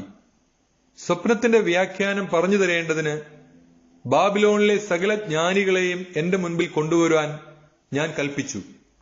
മന്ത്രവാദികളും ആഭിചാരകന്മാരും കൽദായരും ജ്യോത്സ്യന്മാരും വന്നു. ഞാൻ സ്വപ്നം എന്തെന്ന് പറഞ്ഞെങ്കിലും അവർക്കാർക്കും അത് വ്യാഖ്യാനിക്കാൻ കഴിഞ്ഞില്ല. അവസാനം എന്റെ ദേവന്റെ നാമധേയമനുസരിച്ച് ബൽത്തഷാസർ എന്ന് വിളിക്കപ്പെടുന്നവനും വിശുദ്ധ ദേവന്മാരുടെ ആത്മാവുള്ളവനുമായ ദാനിയേൽ എന്റെ മുൻപിൽ വന്നു. അവനോട് ഞാൻ സ്വപ്നത്തെപ്പറ്റി ഇങ്ങനെ പറഞ്ഞു: മന്ത്രവാദികളിൽ പ്രമുഖനായ ബൽത്തേഷാസർ, വിശുദ്ധ ദേവന്മാരുടെ ആത്മാവ് നിന്നിലുണ്ടെന്നും ഒരു രഹസ്യവും നിനക്ക് അജ്ഞേയമല്ലെന്നും എനിക്കറിയാം. ഇതാ ഞാൻ കണ്ട സ്വപ്നം, അതിന്റെ വ്യാഖ്യാനം പറയുക. എനിക്ക് കിടക്കയിൽ വെച്ചുണ്ടായ ദർശനങ്ങൾ ഇവയാണ്. ഭൂമിയുടെ മധ്യത്തിൽ വളരെ ഉയരമുള്ള ഒരു വൃക്ഷം ഞാൻ കണ്ടു. ആ വൃക്ഷം വളർന്നു വലുതായി. അതിന്റെ അഗ്രം ആകാശം വരെ എത്തി. ഭൂമിയുടെ ഏതറ്റത്തു നിന്നാലും അത് ദൃഷ്ടിഗോചരമായിരുന്നു. ഭംഗിയുള്ള ഇലകളോട് കൂടിയ അത് ഫലസമൃദ്ധമായിരുന്നു. എല്ലാവർക്കും ആവശ്യകമായ ഭക്ഷണം അതിൽ നിന്ന് ലഭിച്ചു. വന്യമൃഗങ്ങൾ അതിന്റെ തണലിൽ അഭയം തേടി. ആകാശപ്പറവകൾ അതിന്റെ കൊമ്പുകളിൽ വസിച്ചു. എല്ലാ ജീവികൾക്കും അതിൽ നിന്ന് ഭക്ഷണം കിട്ടി. കിടക്കയിൽ വെച്ച് എനിക്കുണ്ടായ ദർശനത്തിൽ ഇതാ ഒരു ദൂതൻ, ഒരു പരിശുദ്ധൻ സ്വർഗത്തിൽ നിന്ന് ഇറങ്ങി വരുന്നു. അവൻ അത്യുച്ചത്തിൽ വിളിച്ചു പറഞ്ഞു: ഈ വൃക്ഷം വെട്ടിമുറിച്ച് കൊമ്പുകൾ ഛേദിച്ച് ഇലകൾ തല്ലിക്കൊഴിച്ച് കായകൾ ചിതറിച്ചു കളയുവിൻ. വന്യമൃഗങ്ങൾ അതിന്റെ ചുവട്ടിൽ നിന്നും പക്ഷികൾ അതിന്റെ ശാഖകളിൽ നിന്നും ഓടി ഒളിക്കട്ടെ. അതിന്റെ കുറ്റി ഇരുമ്പും ഓടും കൊണ്ട് ബന്ധിച്ച് വയലിലെ ഇളം പുല്ലുകളോടൊപ്പം ഉപേക്ഷിക്കുക. ആകാശത്തിലെ മഞ്ഞുകൊണ്ട് അവൻ നനയട്ടെ. വന്യമൃഗങ്ങളോടുകൂടെ ഭൂമിയിലെ പുല്ലിൽ കഴിയാനായിരിക്കട്ടെ അവന്റെ വിധി. അവന് മനുഷ്യന്റെ മനസ്സ് നഷ്ടപ്പെട്ട് മൃഗത്തിന്റെ മനസ്സ് ലഭിക്കട്ടെ. 7 സംവത്സരം അവൻ അങ്ങനെ കഴിയട്ടെ. ഈ വിധി ദൂതന്മാരുടെ പരിശുദ്ധന്മാരുടെ കൽപ്പന അനുസരിച്ചാണ്. അത്യുന്നതനാണ് മനുഷ്യരുടെ രാജ്യങ്ങളെ ഭരിക്കുന്നതെന്നും താൻ തീരുമാനിക്കുന്നവർക്ക് അവിടുന്ന് അത് നൽകുമെന്നും മനുഷ്യരിൽ ഏറ്റവും എളിയവരെ അതിന്മേൽ വാഴിക്കുമെന്നും മനുഷ്യരെല്ലാവരും ഗ്രഹിക്കേണ്ടതിനാണിത്. ഈ സ്വപ്നമാണ് നബൂഖദ്നേസർ രാജാവായ ഞാൻ കണ്ടത്. ആകയാൽ അല്ലയോ ബെൽത്തേഷാസർ, വ്യാഖ്യാനമെന്തെന്ന് പറയുക. എന്റെ രാജ്യത്തെ ജ്ഞാനികളിൽ ആർക്കും ഇത് വ്യാഖ്യാനിക്കാൻ സാധിച്ചില്ല. എന്നാൽ പരിശുദ്ധ ദേവന്മാരുടെ ആത്മാവ് നിന്നിലുള്ളതുകൊണ്ട് നിനക്ക് സാധിക്കും. ബൽത്തേഷാസർ എന്നു പേരുള്ള ദാനിയേൽ ഒരു നിമിഷത്തേക്ക് അസ്വസ്ഥനായി. ചിന്തകൾ അവനെ പരിഭ്രാന്തനാക്കി. രാജാവ് പറഞ്ഞു, ബൽത്തേഷാസർ, സ്വപ്നമോ അതിന്റെ അർത്ഥമോ നിന്നെ ആകുലനാക്കാതിരിക്കട്ടെ. ബൽത്തേഷാസർ പറഞ്ഞു, പ്രഭോ, സ്വപ്നം നിന്നെ വെറുക്കുന്നവരെയും വ്യാഖ്യാനം നിന്റെ വൈരികളെയും ഉദ്ദേശിച്ചായിരിക്കട്ടെ. ആകാശം മുട്ടെ വളർന്ന് ശക്തിപ്പെട്ടതും ഭൂമിയിൽ എവിടെയും നിന്ന് കാണാവുന്നതും മനോഹരമായ ഇലകളും നിറയെ ഫലങ്ങളുള്ളതും അങ്ങനെ എല്ലാവർക്കും ഭക്ഷണം നൽകിയിരുന്നതും ചുവട്ടിൽ വന്യമൃഗങ്ങൾ അഭയം കണ്ടെത്തിയിരുന്നതും കൊമ്പുകളിൽ ആകാശത്തിലെ പക്ഷികൾ പാർത്തിരുന്നതുമായി നീ കണ്ട വൃക്ഷം വളർന്ന് ബലിഷ്ഠനായ നീ തന്നെയാണ്. നിന്റെ മഹത്വം വർദ്ധിച്ച് ആകാശം വരെയും നിന്റെ ആധിപത്യം ഭൂമിയുടെ അതിരുകൾ വരെയും എത്തിയിരിക്കുന്നു. ആ വൃക്ഷം വെട്ടിമുറിച്ച് നശിപ്പിക്കുവിൻ. എന്നാൽ അതിന്റെ കുറ്റി വേരുകളോടൊപ്പം ഇരുമ്പും ഓടും കൊണ്ട് ബന്ധിതമായി വയലിലെ ഇളം പുല്ലുകളുടെ ഇടയിൽ ഉപേക്ഷിക്കുക. ആകാശത്തിലെ മഞ്ഞുകൊണ്ട് അവൻ നനയട്ടെ. 7 സംവത്സരം കഴിയും വരെ അവന്റെ ഭാഗധേയം വന്യമൃഗങ്ങളോടൊപ്പമായിരിക്കട്ടെ. എന്നിങ്ങനെ ഒരു ദൂതൻ, ഒരു പരിശുദ്ധൻ സ്വർഗത്തിൽ നിന്ന് ഇറങ്ങിവന്ന് വിളിച്ചു പറയുന്നത് രാജാവ് കണ്ടല്ലോ. രാജാവേ, ഇതാണ് അതിന്റെ വ്യാഖ്യാനം. അത്യുന്നതനായ ദൈവത്തിൽ നിന്ന് എന്റെ നാഥനായ രാജാവിന്റെ മേൽ വന്ന വിധിവാചകമാണിത്. നീ മനുഷ്യരുടെ ഇടയിൽ നിന്ന് ഓടിക്കപ്പെടും. നിന്റെ വാസം വന്യമൃഗങ്ങളോട് കൂടെ ആയിരിക്കും. കാളയെപ്പോലെ പുല്ലു തിന്നുന്നതിന് നീ നിർബന്ധിതനാകും. ആകാശത്തിലെ മഞ്ഞുകൊണ്ട് നീ നനയും. അങ്ങനെ 7 സംവത്സരം കടന്നുപോകും. അപ്പോൾ അത്യുന്നതനാണ് മനുഷ്യരുടെ രാജ്യത്തെ ഭരിക്കുന്നതെന്നും താൻ ഇച്ഛിക്കുന്നവർക്ക് അവിടുന്ന് രാജ്യം കൊടുക്കുമെന്നും നീ അറിയും. സ്വർഗത്തിന്റെ പരമാധികാരം നീ അംഗീകരിക്കുമ്പോൾ വൃക്ഷത്തിന്റെ കുറ്റിവേര് ഉപേക്ഷിക്കാൻ കൽപ്പിക്കപ്പെട്ടതനുസരിച്ച് നിന്റെ രാജ്യം നിനക്ക് തിരിച്ചു കിട്ടും. അതിനാൽ രാജാവേ, എന്റെ ഉപദേശം സ്വീകരിക്കുക. ധർമ്മനിഷ്ഠ പാലിച്ചുകൊണ്ട് പാപങ്ങളിൽ നിന്നും മർത്യരോട് കാരുണ്യം കാണിച്ചുകൊണ്ട് അകൃത്യങ്ങളിൽ നിന്നും ഒഴിഞ്ഞു നിൽക്കുക. ഒരു പക്ഷേ നിന്റെ സ്വസ്ഥതയുടെ കാലം നീട്ടിക്കിട്ടിയേക്കും. ഇതെല്ലാം നബൂഖദ്നേസർ രാജാവിന് സംഭവിച്ചു. 12 മാസം കഴിഞ്ഞ് ബാബിലോണിലെ രാജകൊട്ടാരത്തിന്റെ മട്ടുപ്പാവിൽ ഉലാത്തുമ്പോൾ രാജാവ് പറഞ്ഞു, എന്റെ രാജകീയ മഹത്വത്തിനു വേണ്ടി രാജമന്ദിരമായി എന്റെ മഹാപ്രഭാവത്താൽ ഞാൻ നിർമ്മിച്ചതല്ലേ മഹത്തായ ഈ ബാബിലോൺ. ഈ വാക്കുകൾ രാജാവിന്റെ വായിൽ നിന്ന് വീഴുന്നതിന് മുൻപ് തന്നെ സ്വർഗത്തിൽ നിന്ന് ഒരു സ്വരം കേട്ടു. നബൂഖദ്നേസർ രാജാവേ, നിന്നോടാണ് പറയുന്നത്, രാജ്യം നിന്നിൽ നിന്ന് വേർപെട്ടിരിക്കുന്നു. നീ മനുഷ്യരുടെ ഇടയിൽ നിന്ന് ഓടിക്കപ്പെടുകയും നിന്റെ വാസം വന്യമൃഗങ്ങളോടൊത്ത് ആയിരിക്കുകയും ചെയ്യും. കാളയെപ്പോലെ നീ പുല്ല് തിന്നും. മനുഷ്യരുടെ രാജ്യം ഭരിക്കുന്നത് അത്യുന്നതനാണെന്നും താൻ ഇച്ഛിക്കുന്നവന് അവിടുന്ന് അത് നൽകുമെന്നും നീ അറിയുന്നതുവരെ 7 സംവത്സരം കടന്നുപോകും. അപ്പോൾ തന്നെ ആ വാക്കുകൾ നബൂഖദ്നേസറിൽ നിവൃത്തിയായി. അവൻ മനുഷ്യരുടെ ഇടയിൽ നിന്ന് ഓടിക്കപ്പെടുകയും അവന്റെ നഖം പക്ഷിയുടെ നഖം പോലെയും രോമം കഴുകന്റെ തൂലുകൾ പോലെയും വളരുന്നതുവരെ കാളയെപ്പോലെ പുല്ലു തിന്നുകയും ദേഹം ആകാശത്തിലെ മഞ്ഞുകൊണ്ട് നനയുകയും ചെയ്തു. ആ നാളുകൾ കഴിഞ്ഞപ്പോൾ നബൂഖദ്നേസറായ ഞാൻ സ്വർഗത്തിലേക്ക് കണ്ണുകൾ ഉയർത്തി. എന്റെ ബുദ്ധി തിരിച്ചു കിട്ടി. ഞാൻ അത്യുന്നതനെ വാഴ്ത്തുകയും നിത്യം ജീവിക്കുന്ന അവിടുത്തെ സ്തുതിക്കുകയും മഹത്വപ്പെടുത്തുകയും ചെയ്തു. അവിടുത്തെ ആധിപത്യം അനന്തമാണ്. അവിടുത്തെ രാജ്യം തലമുറ തലമുറയായി നിലനിൽക്കുന്നു. സകല ഭൂവാസികളും അവിടുത്തെ മുൻപിൽ ഒന്നുമല്ല. സ്വർഗീയ സൈന്യത്തോടും ഭൂവാസികളോടും തന്റെ ഇച്ഛയ്ക്കൊത്ത് അവിടുന്ന് പ്രവർത്തിക്കുന്നു. ആർക്കും അവിടുത്തെ കരം തടയാനോ എന്താണ് ഈ ചെയ്തതെന്ന് അവിടുത്തോട് ചോദിക്കാനോ സാധിക്കുകയില്ല. ആ നിമിഷത്തിൽ തന്നെ എനിക്ക് ബുദ്ധി തിരിച്ചു കിട്ടി. എന്റെ രാജ്യത്തിന്റെ മഹത്വത്തിനായി എന്റെ രാജത്വവും പ്രതാപവും എനിക്ക് തിരിച്ചു കിട്ടി. എന്റെ ഉപദേശകന്മാരും പ്രഭുക്കന്മാരും എന്നെ തേടി വന്നു. എന്റെ രാജ്യത്തിൽ ഞാൻ വീണ്ടും പ്രതിഷ്ഠിക്കപ്പെട്ടു. പൂർവാധികം മഹത്വം എനിക്ക് ലഭിച്ചു. നബൂഖദ്നേസറായ ഞാൻ ഇപ്പോൾ സ്വർഗത്തിന്റെ രാജാവിനെ സ്തുതിക്കുകയും പുകഴ്ത്തുകയും മഹത്വപ്പെടുത്തുകയും ചെയ്യുന്നു. എന്തെന്നാൽ അവിടുത്തെ പ്രവൃത്തികൾ ശരിയായിട്ടുള്ളതും മാർഗങ്ങൾ നീതിപൂർണവുമാണ്. അഹങ്കാരികളെ താഴ്ത്താൻ അവിടുത്തേക്ക് കഴിയും. ദാനിയേൽ പ്രവാചകന്റെ പുസ്തകം 5-ാം അധ്യായം. ചുവരെഴുത്ത്. ബൽഷാസർ രാജാവ് തന്റെ പ്രഭുക്കന്മാരിൽ 1000 പേർക്ക് ഒരു വിരുന്ന് നൽകുകയും അവരോടൊപ്പം വീഞ്ഞു കുടിക്കുകയും ചെയ്തു. വീഞ്ഞു കുടിച്ച് മതിച്ചപ്പോൾ രാജാവായ താനും തന്റെ പ്രഭുക്കന്മാരും ഭാര്യമാരും ഉപനാരികളും വീഞ്ഞു കുടിക്കേണ്ടതിന് തന്റെ പിതാവായ നബൂഖദ്നേസർ ജെറുസലേം ദേവാലയത്തിൽ നിന്ന് കൊണ്ടുവന്ന സ്വർണവും വെള്ളിയും കൊണ്ടുള്ള പാത്രങ്ങൾ കൊണ്ടുവരാൻ അവൻ കൽപ്പിച്ചു. ജെറുസലേമിലെ ദേവാലയത്തിൽ നിന്ന് അപഹരിച്ചു കൊണ്ടുവന്ന സ്വർണം കൊണ്ടും വെള്ളി കൊണ്ടുമുള്ള പാത്രങ്ങൾ കൊണ്ടുവന്നു.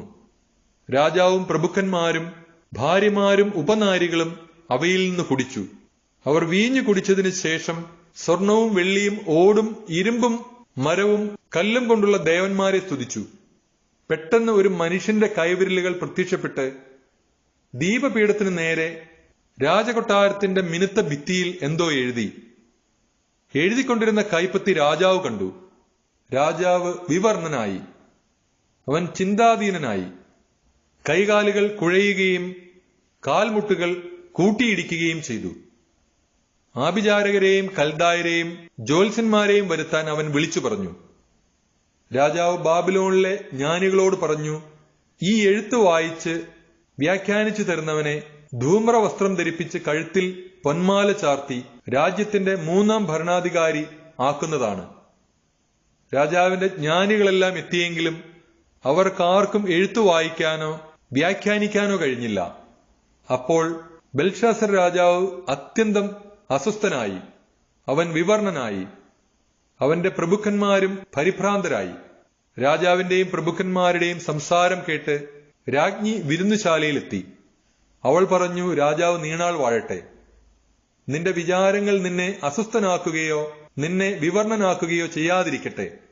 നിന്റെ രാജ്യത്ത് വിശുദ്ധ ദേവന്മാരുടെ ആത്മാവുള്ള ഒരുവനുണ്ട്. നിന്റെ പിതാവിന്റെ കാലത്ത് ദേവന്മാരുടേതുപോലുള്ള തെളിഞ്ഞ ജ്ഞാനവും അറിവും അവനിൽ കാണപ്പെട്ടിരുന്നു.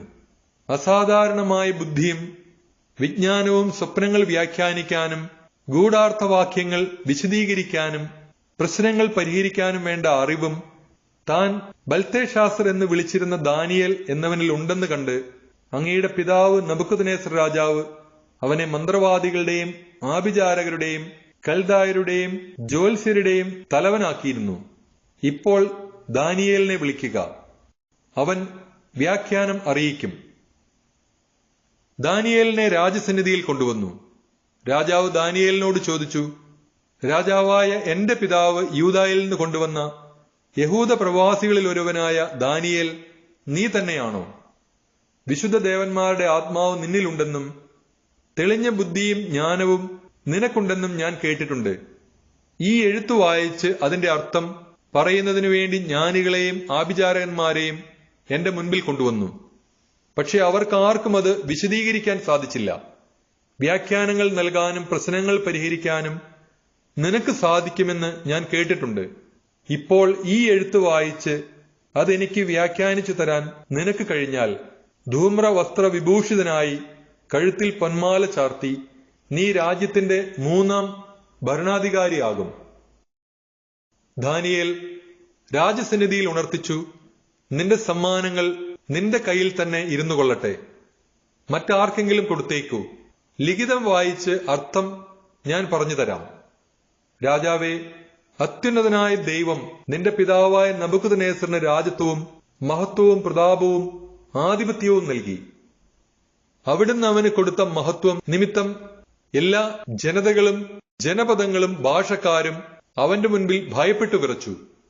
അവൻ ഇഷ്ടാനുസരണം കൊല്ലുകയോ ജീവിക്കാൻ അനുവദിക്കുകയോ ഉയർത്തുകയോ താഴ്ത്തുകയോ ചെയ്തു പോന്നു. എന്നാൽ അവൻ അഹങ്കരിക്കുകയും ഹൃദയം കഠിനമാക്കുകയും ഗർവോടെ പ്രവർത്തിക്കുകയും ചെയ്തപ്പോൾ രാജസിംഹാസനത്തിൽ നിന്ന് അവൻ ബഹിഷ്കൃതനായി. അവന് മഹത്വം നഷ്ടപ്പെട്ടു. അവൻ മനുഷ്യരുടെ ഇടയിൽ നിന്ന് ഓടിക്കപ്പെട്ടു. അവന്റെ മനസ്സ് മൃഗതുല്യമായി. അവന്റെ വാസം കാട്ടുകഴുതകളോടൊത്തായി.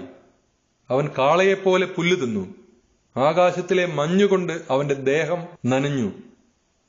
അത്യുന്നതനായ ദൈവമാണ് മനുഷ്യരുടെ രാജ്യം ഭരിക്കുന്നതെന്നും അവിടുന്ന് ഇച്ഛിക്കുന്നവരെയാണ് അധികാരം ഏൽപ്പിക്കുന്നതെന്നും മനസ്സിലാക്കുന്നതുവരെ അവൻ ഇങ്ങനെ കഴിഞ്ഞു.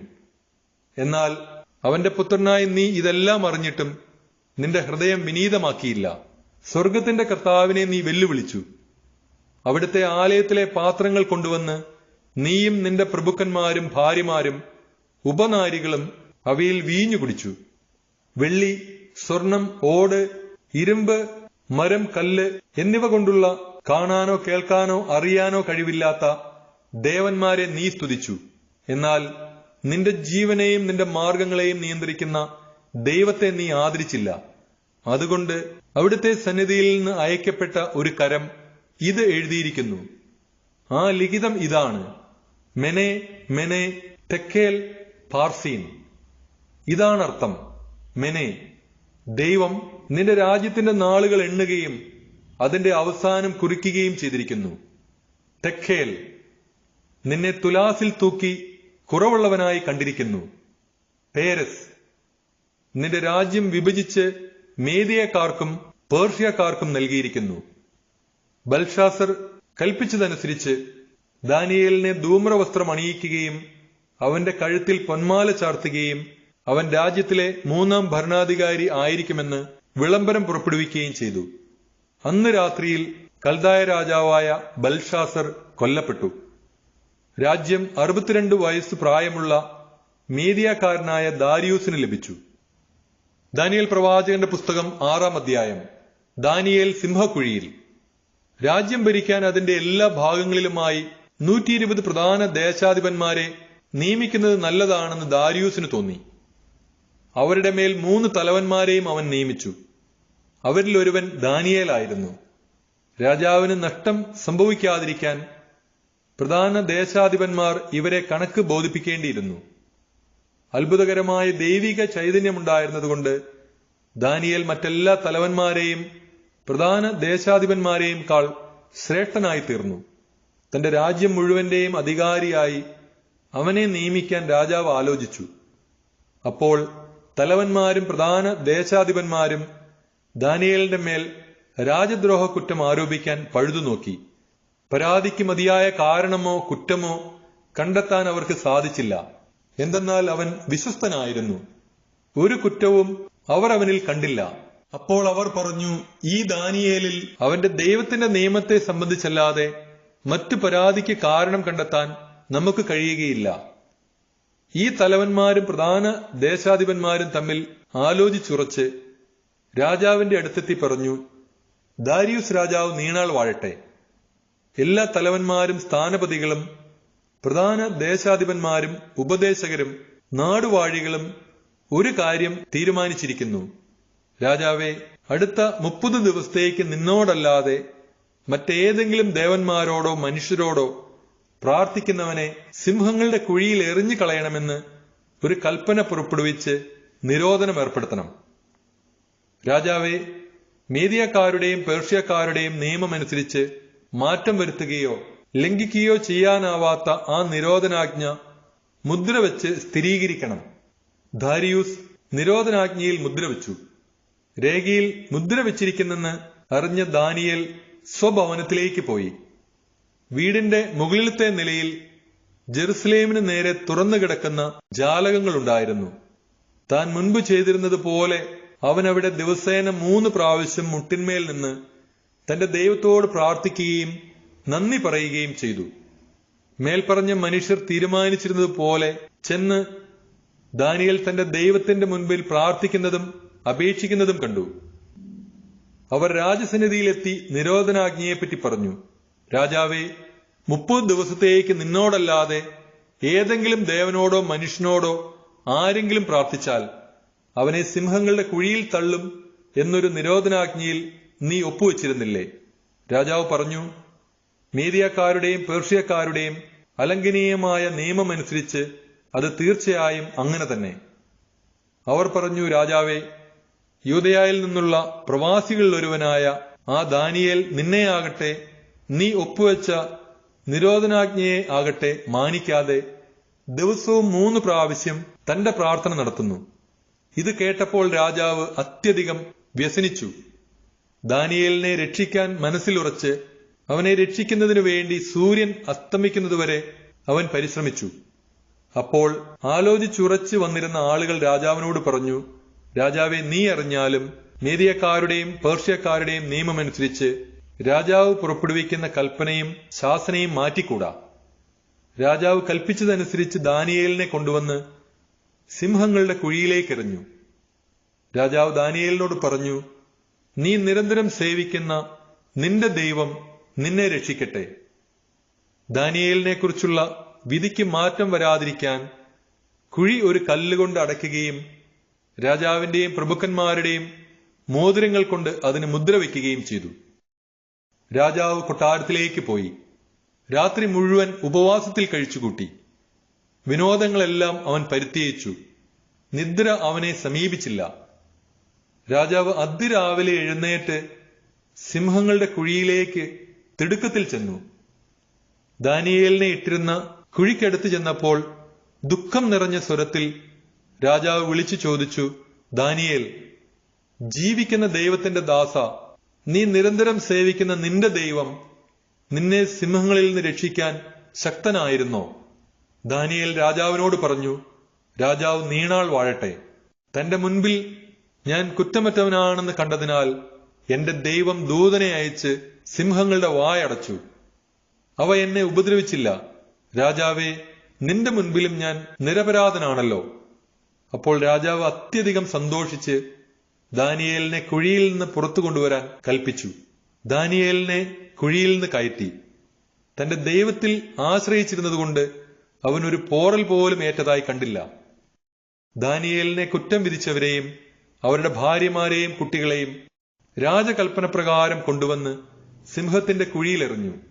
കുഴിയുടെ അടിയിലെത്തും മുൻപേ സിംഹങ്ങൾ അവരെ അടിച്ചു വീഴ്ത്തി, അസ്ഥികൾ ഒടിച്ചു നുറുക്കി. ദാരിയൂസ് രാജാവ് ഭൂമുഖത്തുള്ള സകല ജനതകൾക്കും ജനപദങ്ങൾക്കും ഭാഷക്കാർക്കും എഴുതി, നിങ്ങൾക്ക് സമാധാനം സമൃദ്ധമാകട്ടെ. എന്റെ അധികാരത്തിലുള്ള എല്ലാവരും ദാനിയേലിന്റെ ദൈവത്തിനു മുൻപിൽ ഭയന്നു വിറയ്ക്കണമെന്ന് ഞാൻ വിളംബരം ചെയ്യുന്നു. എന്തെന്നാൽ അവിടുന്നാണ് നിത്യനും ജീവിക്കുന്നവനുമായ ദൈവം. അവിടുത്തെ രാജ്യം ഒരിക്കലും നശിപ്പിക്കപ്പെടുകയില്ല. അവിടുത്തെ ആധിപത്യത്തിന് അവസാനമില്ല. അവിടുന്ന് രക്ഷിക്കുകയും വീണ്ടെടുക്കുകയും ചെയ്യുന്നു. ആകാശത്തിലും ഭൂമിയിലും അവിടുന്ന് അടയാളങ്ങളും അത്ഭുതങ്ങളും പ്രവർത്തിക്കുന്നു. അവിടുന്നാണ് ദാനിയേലിനെ സിംഹങ്ങളുടെ പിടിയിൽ നിന്ന് രക്ഷിച്ചത്. ദാരിയൂസിന്റെയും പേർഷ്യക്കാരനായ സൈറസിന്റെയും ഭരണകാലത്ത് ദാനിയേൽ ഐശ്വര്യപൂർവ്വം ജീവിച്ചു. ദാനിയേൽ പ്രവാചകന്റെ പുസ്തകം 7-ാം അധ്യായം. ദാനിയേലിന്റെ ദർശനങ്ങൾ. 4 മൃഗങ്ങൾ. ബാബിലോൺ രാജാവായ ബെൽഷാസറിന്റെ 1-ാം ഭരണവർഷം ദാനിയേലിന് ഉറക്കത്തിൽ ഒരു സ്വപ്നവും ചില ദർശനങ്ങളും ഉണ്ടായി. അവൻ സ്വപ്നം എഴുതിയിടുകയും അതിന്റെ സംഗ്രഹം അറിയിക്കുകയും ചെയ്തു. ദാനിയേൽ പറഞ്ഞു, ആകാശത്തിലെ 4 കാറ്റുകളും മഹാസമുദ്രത്തെ ഇളക്കി മറിക്കുന്നത് നിശാദർശനത്തിൽ ഞാൻ കണ്ടു. 4 വലിയ മൃഗങ്ങൾ കടലിൽ നിന്ന് കയറി വന്നു. അവ വിഭിന്നങ്ങളായിരുന്നു. സിംഹത്തെ പോലെ ആയിരുന്നു ആദ്യത്തേത്. അതിന് കഴുകന്റെ ചിറകുകൾ ഉണ്ടായിരുന്നു. ഞാൻ അതിനെ വീക്ഷിച്ചുകൊണ്ടിരിക്കെ അതിന്റെ ചിറകുകൾ പറിച്ചെടുക്കപ്പെട്ടു. അതിനെ നിലത്തുനിന്ന് പൊക്കി മനുഷ്യനെ പോലെ 2 കാലിൽ നിർത്തി. മനുഷ്യന്റെ മനസ്സും അതിന് നൽകപ്പെട്ടു. ഇതാ, രണ്ടാമത് കരടിയെപ്പോലെ മറ്റൊരു മൃഗം. അതിന്റെ ഒരു വശം ഉയർത്തപ്പെട്ടു. അത് 3 വാരിയെല്ലുകൾ കടിച്ചു പിടിച്ചിരിക്കുന്നു. അതിനോട് പറഞ്ഞു, ഇഷ്ടം പോലെ മാംസം തിന്നുകൊള്ളുക. അതിനുശേഷം ഞാൻ നോക്കിയപ്പോൾ ഇതാ, മുതുകത്ത് പക്ഷിയുടെ 4 ചിറകുകളുള്ള പുള്ളിപ്പുലിയെപ്പോലെ മറ്റൊരു മൃഗം. അതിന് 4 തലകളുണ്ടായിരുന്നു. ആധിപത്യം അതിന് നൽകപ്പെട്ടു. ഇതിനുശേഷം നിശാദർശനത്തിൽ ഇതാ, ഘോരനും ഭയങ്കരനും അതിശക്തനുമായ 4-ാമത്തെ മൃഗം. അതിന് വലിയ ഉരുക്ക് പല്ലുകളുണ്ടായിരുന്നു. അത് വിഴുങ്ങുകയും കഷ്ണം കഷ്ണമായി തകർക്കുകയും മിച്ചമുള്ളത് കാലുകൊണ്ട് ചവിട്ടി അരയ്ക്കുകയും ചെയ്തു. മുൻപേ വന്ന മൃഗങ്ങളിൽ നിന്നെല്ലാം വ്യത്യസ്തനായിരുന്ന അതിന് 10 കൊമ്പുകളുണ്ടായിരുന്നു. ഞാൻ കൊമ്പുകൾ നോക്കിക്കൊണ്ടിരിക്കുമ്പോൾ ഇതാ, മറ്റൊരു ചെറിയ കൊമ്പ് അവയുടെ ഇടയിൽ മുളച്ചു വരുന്നു. അതിന്റെ വരവോടെ ആദ്യത്തേതിൽ 3 വേരോടെ പിഴുതുമാറ്റപ്പെട്ടു. ഇതാ, ഈ കൊമ്പിൽ മനുഷ്യന്റേതുപോലുള്ള കണ്ണുകളും വൻപ് പറയുന്ന ഒരു വായും. മനുഷ്യപുത്രൻ, ഞാൻ നോക്കിക്കൊണ്ടിരിക്കെ സിംഹാസനങ്ങൾ നിരത്തി പുരാതനനായവൻ ഉപവിഷ്ടനായി. അവന്റെ വസ്ത്രം മഞ്ഞുപോലെ ധവളം, തലമുടി നിർമ്മലമായ ആട്ടിൻ രോമം പോലെ. തീജ്വാലകളായിരുന്നു അവന്റെ സിംഹാസനം, അതിന്റെ ചക്രങ്ങൾ കത്തിക്കാളുന്ന അഗ്നി. അവന്റെ മുൻപിൽ നിന്ന് അഗ്നിപ്രവാഹം പുറപ്പെട്ടു. 1000 പേർ അവനെ സേവിച്ചു. 10,000 പേർ അവന്റെ മുൻപിൽ നിന്നു. ന്യായാധിപ സഭ ന്യായവിധിക്ക് ഉപവിഷ്ടമായി. ഗ്രന്ഥങ്ങൾ തുറക്കപ്പെട്ടു. കൊമ്പിന്റെ വൻപു പറച്ചിൽ കേട്ട് ഞാൻ നോക്കി. ഞാൻ നോക്കിക്കൊണ്ടിരിക്കെ ആ മൃഗം കൊല്ലപ്പെട്ടു. അതിന്റെ ശരീരം നശിപ്പിക്കപ്പെട്ടു. അഗ്നിയിൽ ദഹിപ്പിക്കാൻ അത് വിട്ടുകൊടുക്കപ്പെടുകയും ചെയ്തു.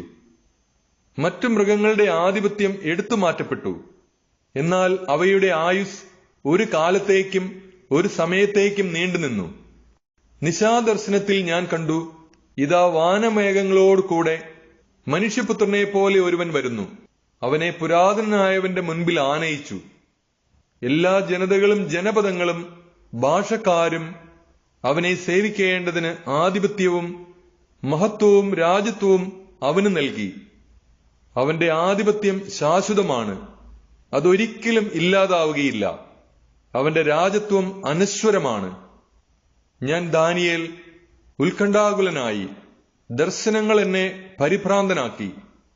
ഞാൻ അവിടെ നിന്നിരുന്നവരിൽ ഒരുവനെ സമീപിച്ച് ഇതിന്റെ എല്ലാം പൊരുൾ എന്താണെന്ന് ചോദിച്ചു. അതിന്റെ വ്യാഖ്യാനം അവൻ എനിക്ക് പറഞ്ഞു തന്നു. ഭൂമിയിൽ നിന്ന് ഉയർന്നു വരുന്ന 4 രാജാക്കന്മാരാണ് ഈ 4 മഹാമൃഗങ്ങൾ. എന്നാൽ അത്യുന്നതന്റെ പരിശുദ്ധർക്ക് രാജ്യം ലഭിക്കുകയും അവർ ആ രാജ്യം എന്നേക്കുമായി അവകാശമാക്കുകയും ചെയ്തു.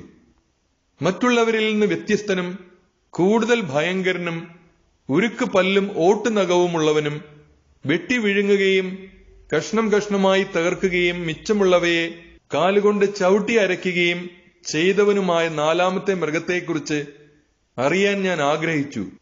അതിന്റെ തലയിലുണ്ടായിരുന്ന 10 കൊമ്പുകളെയും മറ്റു 3 വീഴ്ത്തിയതും കണ്ണുകളും വൻപു പറയുന്ന വായുമുള്ളതും മറ്റുള്ളവയേക്കാൾ ഭീകരവുമായ കൊമ്പിനെയും സംബന്ധിച്ച സത്യം അറിയുന്നതിന് ഞാൻ ആഗ്രഹിച്ചു.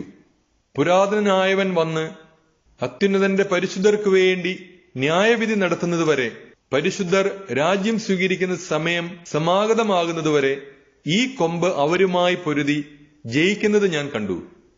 അവൻ പറഞ്ഞു, 4ാമത്തെ മൃഗം ഭൂമിയിലെ 4ാമത്തെ ഒരു സാമ്രാജ്യമാണ്. മറ്റെല്ലാ രാജ്യങ്ങളിൽ നിന്ന് അത് വ്യത്യസ്തമായിരിക്കും.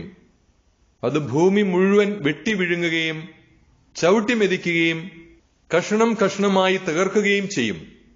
ഈ സാമ്രാജ്യത്തിലുള്ള ഉയർന്നു വരുന്ന 10 രാജാക്കന്മാരാണ് 10 കൊമ്പുകൾ. അവർക്കെതിരെ വേറൊരുവൻ അവരുടെ പിന്നാലെ വരും. തന്റെ മുൻഗാമികളിൽ നിന്ന് അവൻ വിഭിന്നനായിരിക്കും. അവൻ 3 രാജാക്കന്മാരെ താഴെയിറക്കും. അവൻ അത്യുന്നതനെതിരെ ദൂഷണം പറയും. അത്യുന്നതന്റെ പരിശുദ്ധരെ അവൻ പീഡിപ്പിക്കും. നിയമങ്ങളും ഉത്സവ ദിനങ്ങളും മാറ്റുന്നതിന് അവൻ ആലോചിക്കും. സമയവും സമയങ്ങളും സമയത്തിന്റെ പകുതിയും വരെ അവർ അവന്റെ കൈകളിൽ ഏൽപ്പിക്കപ്പെടും. എന്നാൽ ന്യായാധിപ സഭ വിധി പ്രസ്താവിക്കാൻ ഉപവിഷ്ടമാവുകയും അവന്റെ ആധിപത്യം എടുത്തു മാറ്റപ്പെടുകയും ചെയ്യും. പൂർണ്ണമായി ദഹിപ്പിച്ച് നശിപ്പിക്കേണ്ടതിന് തന്നെ. ആകാശത്തിന് കീഴിലുള്ള സകല രാജ്യങ്ങളുടെയും രാജത്വവും ആധിപത്യവും മഹത്വവും അത്യുന്നതന്റെ പരിശുദ്ധന്മാർക്ക് നൽകപ്പെടും. അവരുടെ രാജ്യം ശാശ്വതമാണ്. എല്ലാ ആധിപത്യങ്ങളും അവരെ സേവിക്കുകയും അനുസരിക്കുകയും ചെയ്യും. ഇത്രയുമാണ് ദർശനത്തിന്റെ വിശദീകരണം. ഞാൻ ദാനിയേൽ എന്റെ വിചാരങ്ങൾ നിമിത്തം പരിഭ്രാന്തനായി. ഞാൻ വിവർണനായി. എല്ലാം ഞാൻ മനസ്സിൽ സൂക്ഷിച്ചു. ദാനിയേൽ പ്രവാചകന്റെ പുസ്തകം 8-ാം അധ്യായം. ആട്ടുകൊറ്റന്മാർ. ബെൽഷാസർ രാജാവിന്റെ 3-ാം ഭരണവർഷം ദാനിയേലായി എനിക്ക് വീണ്ടും ഒരു ദർശനമുണ്ടായി. ദർശനത്തിൽ ഞാൻ കണ്ടു, ഞാൻ ഏലാം ദേശത്ത് തലസ്ഥാനമായ സൂസായിലായിരുന്നു. ഞാൻ ഉലായി നദിയുടെ കരയിൽ നിൽക്കുകയായിരുന്നു. ഞാൻ കണ്ണുകൾ ഉയർത്തി. ഇതാ, ഒരു മുട്ടാട് നദീതീരത്ത് നിൽക്കുന്നു. അതിന് 2 വലിയ കൊമ്പുകൾ ഉണ്ടായിരുന്നു. ഒന്ന് മറ്റേതിനേക്കാൾ നീളമുള്ളതായിരുന്നു. നീളം കൂടുതലുള്ളത് അവസാനം മുളച്ചതാണ്. ആ മുട്ടാട് പടിഞ്ഞാറോട്ടും വടക്കോട്ടും തെക്കോട്ടും ഇടിച്ചു മുന്നേറുന്നത് ഞാൻ കണ്ടു. ഒരു മൃഗത്തിനും അവനോട് എതിർത്ത് നിൽക്കാനോ അവന്റെ ശക്തിയിൽ നിന്ന് രക്ഷപ്പെടാനോ കഴിഞ്ഞില്ല.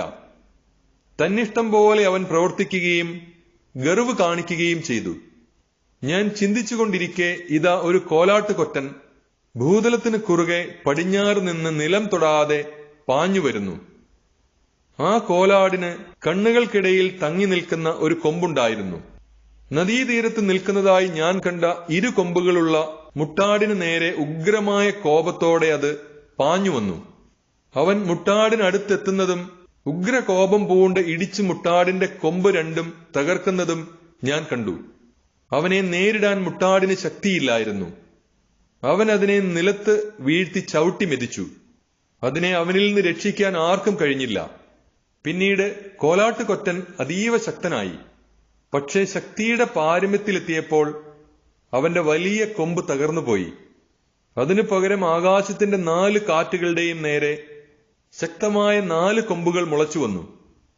അവയിൽ ഒന്നിൽ നിന്ന് ഒരു ചെറിയ കൊമ്പ് മുളച്ച് തെക്കോട്ടും കിഴക്കോട്ടും മഹത്വത്തിന്റെ ദേശത്തിനു നേരെയും വളർന്നു വലുതായി. അത് ആകാശ സൈന്യത്തോളം വളർന്നു വലുതായി. നക്ഷത്ര വ്യൂഹങ്ങളിൽ ചിലതിനെ കുത്തി വീഴ്ത്തി ചവിട്ടി മെതിച്ചു. അത് ആകാശ സൈന്യത്തിന്റെ അധിപനെ വെല്ലുവിളിക്കുക പോലും ചെയ്തു. അവിടുത്തെ നിരന്തര ദഹനബലികൾ മുടക്കുകയും വിശുദ്ധ മന്ദിരത്തെ കീഴ്മേൽ മറിക്കുകയും ചെയ്തു. ജനം തങ്ങളുടെ പാപം നിമിത്തം അവന്റെ പിടിയിൽ അമർന്നു. നിരന്തര ദഹനബലി മുടങ്ങി. സത്യം നിലത്ത് വലിച്ചെറിയപ്പെട്ടു. കൊമ്പാകട്ടെ അടിക്കടി വിജയം നേടി. അപ്പോൾ ഒരു പരിശുദ്ധൻ സംസാരിക്കുന്നത് ഞാൻ കേട്ടു. വേറൊരു പരിശുദ്ധൻ ആദ്യം സംസാരിച്ചവനോട് പറഞ്ഞു, നിരന്തര ദഹനബലിയെയും നാശം വിതയ്ക്കുന്ന പാപത്തെയും വിശുദ്ധ മന്ദിരവും സൈന്യവും കാൽ കീഴിൽ ചവിട്ടി മെതിക്കപ്പെടുന്നതിനെയും കുറിച്ച് ദർശനത്തിൽ ഞാൻ കണ്ടത് എത്രത്തോളം നീണ്ടു നിൽക്കും. അവൻ അവനോട് പറഞ്ഞു, 2300 സന്ധ്യകളും പ്രഭാതങ്ങളും വരെ. അപ്പോൾ വിശുദ്ധ മന്ദിരം പുനരുദ്ധരിക്കപ്പെടും. ദാനിയേലായ ഞാൻ ഈ ദർശനം ഗ്രഹിക്കാൻ ശ്രമിച്ചുകൊണ്ടിരിക്കെ ഇതാ എന്റെ മുൻപിൽ മനുഷ്യരൂപമുള്ള ഒരുവൻ നിൽക്കുന്നു. ഉലായി തീരങ്ങളിൽ നിന്ന് ഒരുവൻ വിളിച്ചു പറയുന്നത് ഞാൻ കേട്ടു, ഗബ്രിയേൽ, ദർശനം ഇവനെ ഗ്രഹിപ്പിക്കുക. ഞാൻ നിന്നിടത്തേക്ക് അവൻ വന്നു. അവൻ വന്നപ്പോൾ ഞാൻ ഭയവിഹ്വലനായി സാഷ്ടാംഗം വീണു. അവൻ എന്നോട് പറഞ്ഞു, മനുഷ്യപുത്ര, ഗ്രഹിച്ചുകൊള്ളുക. ഈ ദർശനം അവസാന കാലത്തേക്കുള്ളതാണ്. അവൻ എന്നോട് സംസാരിച്ചു കൊണ്ടിരിക്കുമ്പോൾ ഞാൻ മൂർച്ഛിച്ചു വീണു. എന്നാൽ അവൻ എന്നെ തൊട്ട് എഴുന്നേൽപ്പിച്ചു നിർത്തി. അവൻ പറഞ്ഞു, കാലത്തിന്റെ അവസാനത്തിൽ, ക്രോധത്തിന്റെ നിമിഷത്തിൽ എന്ത് സംഭവിക്കുമെന്ന് ഞാൻ നിനക്ക് വെളിപ്പെടുത്തി തരാം. യുഗാന്തത്തെ സംബന്ധിക്കുന്നതാണ് ഇത്. 2 കൊമ്പുള്ളതായി നീ കണ്ട മുട്ടാട് മീദിയായിലെയും പേർഷ്യയിലെയും രാജാക്കന്മാരാണ്. കോലാട്ടുകൊറ്റൻ യവന രാജാവാണ്. അവന്റെ കണ്ണുകൾക്കിടയിലുള്ള വലിയ കൊമ്പ് ആദ്യത്തെ രാജാവാണ്. തകർക്കപ്പെട്ട കൊമ്പിന്റെ സ്ഥാനത്ത് മറ്റു 4 മുളച്ചതുപോലെ അവന്റെ രാജ്യത്തു നിന്ന് 4 രാജ്യങ്ങൾ ഉദയം ചെയ്യും. പക്ഷേ അവന്റെ ശക്തി അവർക്കുണ്ടായിരിക്കുകയില്ല. അവരുടെ ഭരണത്തിന്റെ അവസാന ഘട്ടത്തിൽ പാപികളുടെ അതിക്രമം പൂർണ്ണരൂപം പ്രാപിക്കുമ്പോൾ ഉഗ്രഭാവമുള്ളവനും തന്ത്രശാലിയുമായ ഒരു രാജാവ് ഉയർന്നുവരും. അവന്റെ ശക്തി വലുതായിരിക്കും. അവൻ ഭീകരനാശങ്ങൾക്ക് കാരണമാകും. തന്റെ പ്രവൃത്തികളിലെല്ലാം അവൻ വിജയിക്കും. ശക്തരെയും പരിശുദ്ധരെയും അവൻ നശിപ്പിക്കും. കൗശലം കൊണ്ട് അവൻ വഞ്ചന നിറഞ്ഞ മാർഗങ്ങളിൽ വിജയിക്കും. അവൻ അതിരറ്റ് അഹങ്കരിക്കും. മുന്നറിയിപ്പ് കൂടാതെ അവൻ അനേകരെ നശിപ്പിക്കും. രാജാതിരാജനെതിരെ പോലും അവൻ പൊരുതും. എന്നാൽ അവൻ തകർക്കപ്പെടും. മനുഷ്യകരം കൊണ്ട് ആയിരിക്കുകയില്ല. സന്ധ്യകളെയും പ്രഭാതങ്ങളെയും കുറിച്ച് അറിയിച്ച ദർശനം സത്യമാണ്. എന്നാൽ അനേക നാളുകൾക്ക് ശേഷം സംഭവിക്കേണ്ടതാകയാൽ അത് മൂടി മുദ്ര വയ്ക്കുക. ദാനിയേലായ ഞാൻ തളർന്ന് ഏതാനും ദിവസം രോഗിയായി കിടന്നു. പിന്നെ ഞാൻ എഴുന്നേറ്റ് രാജാവിന്റെ കാര്യങ്ങളിൽ മുഴുകി. ദർശനം നിമിത്തം ഞാൻ അസ്വസ്ഥനായിരുന്നു. അത് ഗ്രഹിക്കാൻ എനിക്ക് സാധിച്ചതുമില്ല. ദാനിയേൽ പ്രവാചകന്റെ പുസ്തകം 9-ാം അധ്യായം. വർഷങ്ങളുടെ 70 ആഴ്ചകൾ. അഹസ്വേരുസിന്റെ മകനും ജനനം കൊണ്ട് മേദിയാക്കാരനും കൽദായരുടെ ദേശത്ത് രാജാവുമായിരുന്ന ദാരിയൂസിന്റെ 1-ാം ഭരണവർഷം. അവന്റെ വാഴ്ചയുടെ 1-ാം വർഷം ദാനിയേലായ ഞാൻ ജെറമിയ പ്രവാചകന് കർത്താവിൽ നിന്നുണ്ടായ അരുളപ്പാടനുസരിച്ച് ജെറുസലേം നിർജ്ജനമായി കിടക്കേണ്ട 70 വർഷങ്ങളെക്കുറിച്ച് വിശുദ്ധ ലിഖിതങ്ങളിൽ വായിക്കുകയും അതിനെപ്പറ്റി ചിന്തിക്കുകയും ചെയ്തു. അപ്പോൾ ഞാൻ ചാക്കുടുത്ത് ചാരം പൂശി ഉപവസിച്ച് ദൈവമായ കർത്താവിനോട് തീക്ഷ്ണമായി പ്രാർത്ഥിച്ചു. ദൈവമായ കർത്താവിനോട് ഞാൻ പ്രാർത്ഥിക്കുകയും ഏറ്റുപറയുകയും ചെയ്തു. കർത്താവെ, അങ്ങയെ സ്നേഹിക്കുകയും അങ്ങയുടെ കൽപ്പനകൾ പാലിക്കുകയും ചെയ്യുന്നവരുമായി ഉടമ്പടി പാലിക്കുകയും അവരെ നിത്യമായി സ്നേഹിക്കുകയും ചെയ്യുന്ന ഉന്നതനും ഭീതിതനുമായ ദൈവമേ, ഞങ്ങൾ അങ്ങയുടെ കൽപ്പനകളിലും ചട്ടങ്ങളിൽ നിന്ന് അകന്ന് അകൃത്യങ്ങളും അപരാധങ്ങളും ചെയ്യുകയും ദുഷ്ടതയോടെ വർത്തിക്കുകയും അങ്ങയെ ധിക്കരിക്കുകയും ചെയ്തു. ഞങ്ങളുടെ രാജാക്കന്മാരോടും പ്രഭുക്കന്മാരോടും പിതാക്കന്മാരോടും ദേശത്തെ ജനത്തോടും അങ്ങയുടെ നാമത്തിൽ സംസാരിച്ച അങ്ങയുടെ ദാസന്മാരായ പ്രവാചകന്മാരുടെ വാക്ക് ഞങ്ങൾ ചെവിക്കൊണ്ടില്ല. കർത്താവെ, നീതി അങ്ങയുടേതാണ്. എന്നാൽ ഞങ്ങളുടെ മുഖത്ത് അങ്ങേക്കെതിരെ ചെയ്ത വഞ്ചന നിമിത്തം അങ്ങ് വിവിധ ദേശങ്ങളിൽ ചിതറിച്ചു കളഞ്ഞ യൂദയായിലെയും ജെറുസലേമിലെയും നിവാസികളുടെയും സമീപസ്ഥരും ദൂരസ്ഥരുമായ ഇസ്രായേൽ ജനത്തിന്റെയും മുഖത്ത് ഇന്ന് കാണപ്പെടുന്നത് പോലെ ലജ്ജയാണ് നിഴലിക്കുന്നത്. കർത്താവെ, അങ്ങേക്കെതിരെ പാപം ചെയ്തതിനാൽ ഞങ്ങളും ഞങ്ങളുടെ രാജാക്കന്മാരും പ്രഭുക്കന്മാരും പിതാക്കന്മാരും ലജ്ജിതരാണ്. ഞങ്ങളുടെ ദൈവമായ കർത്താവെ, കാരുണ്യവും പാപമോചനവും അങ്ങയുടേതാണ്. എന്നാൽ ഞങ്ങൾ അങ്ങയോട് മത്സരിച്ചു. ഞങ്ങളുടെ ദൈവമായ കർത്താവിന്റെ സ്വരം ഞങ്ങൾ ചെവിക്കൊണ്ടില്ല. അവിടുന്ന് തന്റെ ദാസന്മാരായ പ്രവാചകന്മാർ വഴി ഞങ്ങൾക്ക് നൽകിയ നിയമം ഞങ്ങൾ അനുസരിച്ചില്ല. ഇസ്രായേൽ ജനം മുഴുവൻ അങ്ങയുടെ നിയമം ലംഘിച്ച് അങ്ങയുടെ സ്വരം ശ്രവിക്കാതെ വഴിതെറ്റിപ്പോയി. ഞങ്ങൾ അവിടുത്തേക്കെതിരായി പാപം ചെയ്തതിനാൽ ദൈവത്തിന്റെ ദാസനായ മോശയുടെ നിയമത്തിൽ എഴുതപ്പെട്ടിരിക്കുന്ന ശാപവും ശിക്ഷയും ഞങ്ങളുടെ മേൽ ചൊരിയപ്പെട്ടിരിക്കുന്നു. ഞങ്ങൾക്കും ഞങ്ങളുടെ ഭരണാധികാരികൾക്കുമെതിരെ അവിടുന്ന് സംസാരിച്ച വാക്ക് ഞങ്ങളുടെ മേൽ വിനാശം വരുത്തിക്കൊണ്ട് അങ്ങ് നിറവേറ്റിയിരിക്കുന്നു. ജെറുസലേമിന് സംഭവിച്ചതുപോലുള്ള നാശം ആകാശത്തിന് കീഴിൽ മറ്റൊരിടത്തും സംഭവിച്ചിട്ടില്ല.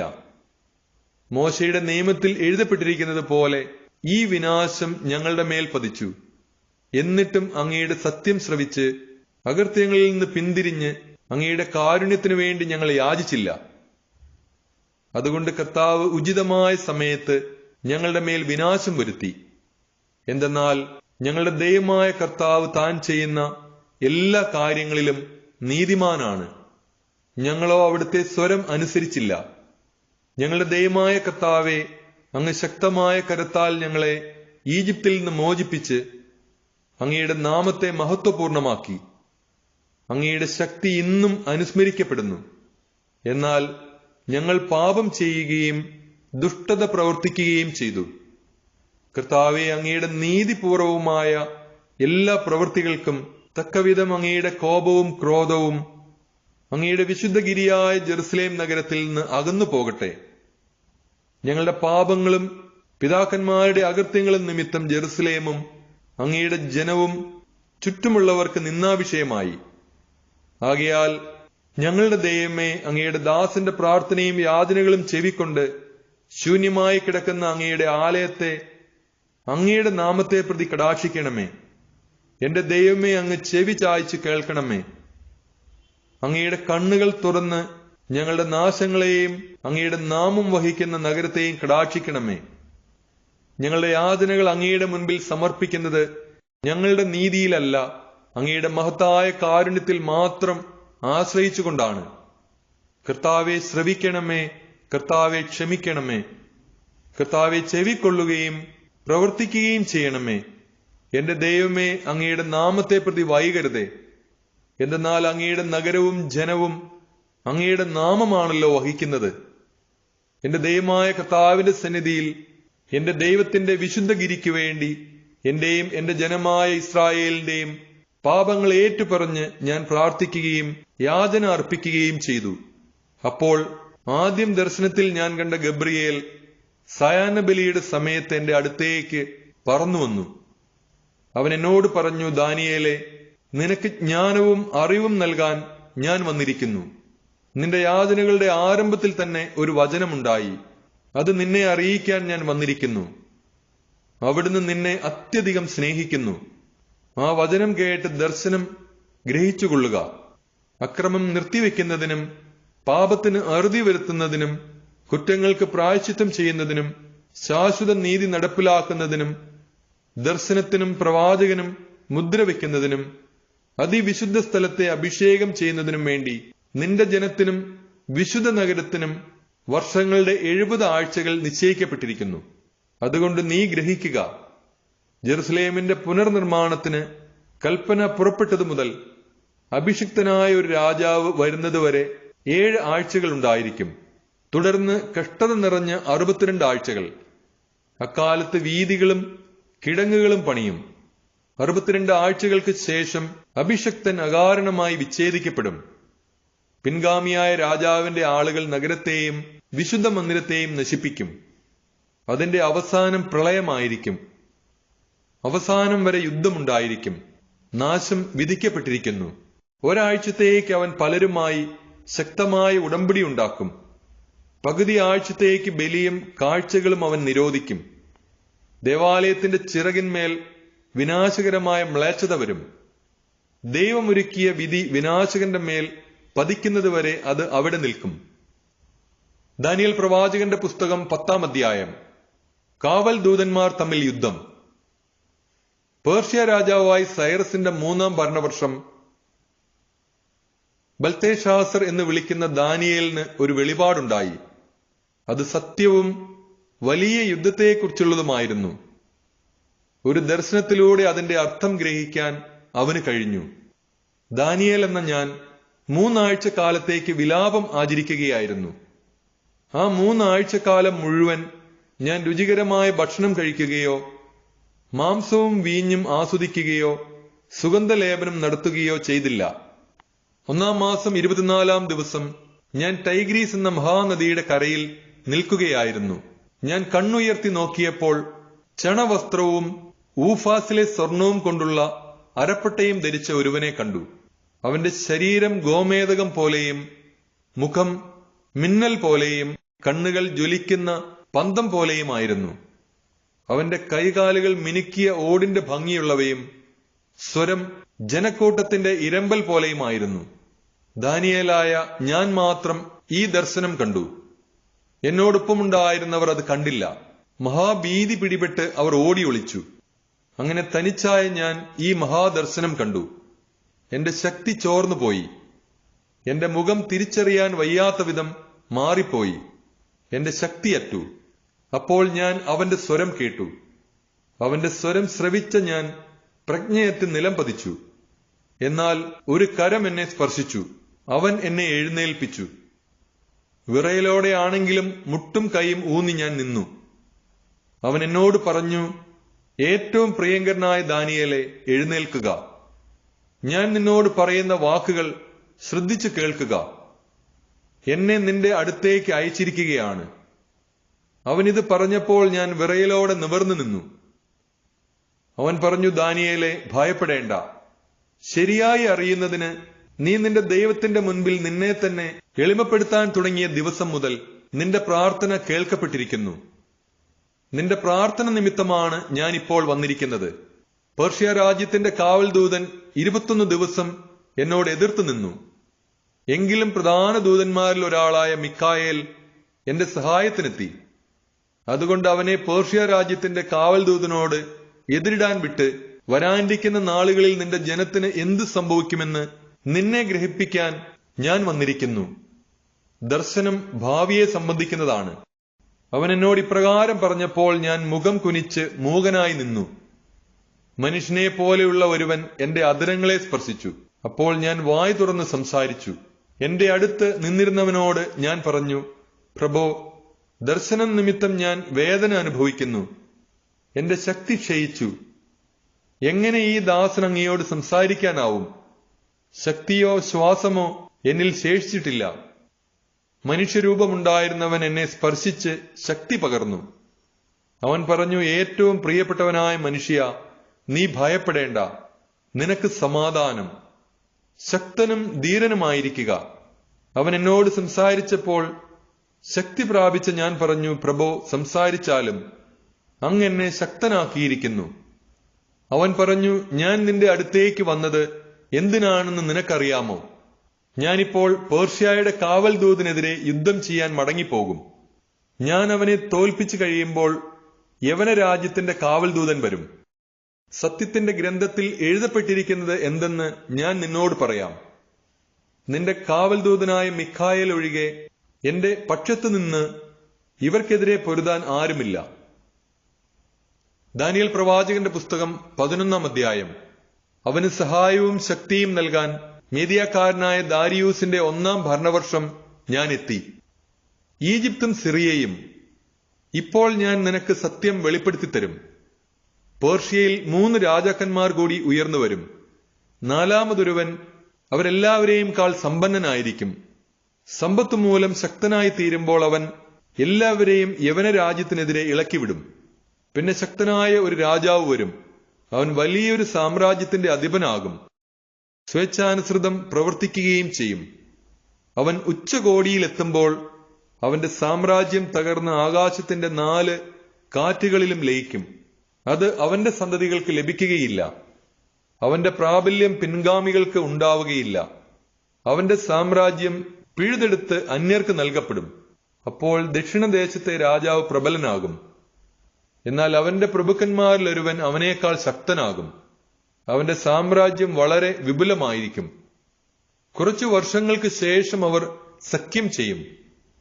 ദക്ഷിണദേശത്തെ രാജാവിന്റെ പുത്രി സമാധാനം സ്ഥാപിക്കാൻ ഉത്തരദേശത്തെ രാജാവിന്റെ അടുത്തെത്തും. എന്നാൽ അവളുടെ പ്രാബല്യം നീണ്ടു നിൽക്കുകയില്ല. അവനും അവന്റെ സന്തതിയും നിലനിൽക്കുകയില്ല. അവളും അവരുടെ സേവകരും അവളെ അവകാശപ്പെടുത്തിയിരുന്നവനും വധിക്കപ്പെടും. ആ കാലങ്ങളിൽ അവന്റെ സ്ഥാനത്ത് അവളുടെ വേരുകളിൽ നിന്ന് ഒരു മുള ഉയർന്നു വരും. അവൻ ഉത്തരദേശത്തെ രാജാവിന്റെ സൈന്യത്തിനെതിരെ വന്ന് കോട്ടയിൽ പ്രവേശിച്ച് അവരോട് എതിർത്ത് ജയിക്കും. അവരുടെ ദേവന്മാരുടെ വിഗ്രഹങ്ങളും അമൂല്യമായ പൊൻവെള്ളി പാത്രങ്ങളും അവൻ ഈജിപ്തിലേക്ക് കൊണ്ടുപോകും. കുറെ കാലത്തേക്ക് ഉത്തരദേശത്തെ രാജാവിനെ ആക്രമിക്കുന്നതിൽ നിന്ന് അവൻ വിട്ടുനിൽക്കും. അപ്പോൾ ഉത്തരദേശത്തെ രാജാവ് ദക്ഷിണദേശത്തെ രാജാവിന്റെ പ്രദേശത്തേക്ക് വരും. എന്നാൽ അവൻ സ്വന്തം നാട്ടിലേക്ക് തിരിച്ചു പോകും. അവന്റെ പുത്രന്മാർ യുദ്ധം ചെയ്യുകയും ഒരു മഹാസൈന്യത്തെ ശേഖരിക്കുകയും ചെയ്യും. അവർ ഇരച്ചു കയറും. അങ്ങനെ വീണ്ടും അവന്റെ കോട്ടയുടെ അടുത്തുവരെ യുദ്ധമെത്തും. അപ്പോൾ ദക്ഷിണദേശത്തെ രാജാവ് കോപം പൂണ്ട് പുറപ്പെട്ടു വലിയ സൈന്യസന്നാഹമുള്ള ഉത്തരദേശത്തെ രാജാവുമായി ഏറ്റുമുട്ടും. ആ സൈന്യം അവന്റെ കയ്യിൽ ഏൽപ്പിക്കപ്പെടും. ആ വ്യൂഹം പിടിക്കപ്പെടുമ്പോൾ അവൻ അഹങ്കരിക്കുകയും 10,000-കണക്കിന് ആളുകളെ വീഴ്ത്തുകയും ചെയ്യും. പക്ഷേ അവൻ പ്രബലനാവുകയില്ല. ഉത്തരദേശത്തെ രാജാവ് പൂർവാധികം ശക്തമായ സൈന്യവ്യൂഹത്തെ വീണ്ടും ഒരുക്കും. ഏതാനും വർഷങ്ങൾക്ക് ശേഷം ഒരു മഹാസൈന്യവും വിപുലമായ ആയുധശേഖരവുമായി അവൻ വരും. അക്കാലത്ത് അനേകർ ദക്ഷിണദേശത്തെ രാജാവിനെതിരെ ഉയർന്നു വരും. നിന്റെ ജനത്തിൽപ്പെട്ട അക്രമികൾ ഈ ദർശനം നിവൃത്തിയാകേണ്ടതിന് അവനെതിരെ കലഹിക്കും. എന്നാൽ അവർ പരാജയപ്പെടും. അപ്പോൾ ഉത്തരദേശത്തെ രാജാവ് വന്ന് ഉപരോധമേർപ്പെടുത്തി സുരക്ഷിത നഗരം പിടിച്ചടക്കും. ദക്ഷിണദേശത്തെ സൈന്യത്തിന് അവന്റെ ധീരയോദ്ധാക്കൾക്ക് പോലും പിടിച്ചു നിൽക്കാൻ ശക്തിയുണ്ടാവുകയില്ല. എന്നാൽ ആക്രമണകാരി സ്വേച്ഛാനുസൃതം പ്രവർത്തിക്കും. ആർക്കും അവനെ ചേർത്ത് നിൽക്കാൻ കഴിയുകയില്ല. മഹത്വത്തിന്റെ ദേശത്തവൻ നിൽക്കുകയും അത് അവന്റെ പിടിയിൽ അമരുകയും ചെയ്യും. ദക്ഷിണദേശത്തെ രാജാവിന്റെ പ്രദേശങ്ങൾ മുഴുവൻ കീഴടക്കാൻ അവൻ തീരുമാനിക്കും. അവനുമായി സന്ധി ചെയ്യുകയും അവനെ നശിപ്പിക്കാൻ വേണ്ടി തന്റെ പുത്രിയെ വിവാഹം ചെയ്തു കൊടുക്കുകയും ചെയ്യും. എന്നാൽ ആ ശ്രമം വിജയിക്കുകയില്ല. അതവന് ഉപകരിക്കുകയില്ല. അനന്തരം അവൻ തീരപ്രദേശങ്ങളിലേക്ക് തിരിഞ്ഞ് അവയിൽ പലതും പിടിച്ചടക്കും. പക്ഷേ ഒരു സൈന്യാധിപൻ അവന്റെ ഔദത്യത്തിന് കടിഞ്ഞാണിടും. ആ അഹങ്കാരം അവനെതിരായി തന്നെ തിരിയും. അപ്പോൾ അവൻ സ്വന്തം നാട്ടിലെ കോട്ടകളിലേക്ക് മടങ്ങും. പക്ഷേ അവൻ കാലിടറി വീഴും. അതവന്റെ അവസാനമായിരിക്കും. പിന്നെ അവന്റെ സ്ഥാനത്ത് മറ്റൊരുവൻ ഉയർന്നുവരും. അവൻ മഹത്വത്തിന്റെ ദേശത്തു നിന്ന് കപ്പം പിരിക്കാൻ ഒരുവനെ അയക്കും. എന്നാൽ ഏതാനും ദിവസങ്ങൾക്കുള്ളിൽ അവൻ പരസ്യമായിട്ടോ യുദ്ധത്തിലോ അല്ലാതെ സംഹരിക്കപ്പെടും. അവന്റെ സ്ഥാനത്ത് നിന്ദ്യനായ വേറൊരുവൻ ഉയരും. അവന് രാജപദവി ലഭിച്ചിരുന്നില്ല. അവൻ മുന്നറിയിപ്പൊന്നും കൂടാതെ ചതിയിൽ രാജ്യം കരസ്ഥമാക്കും.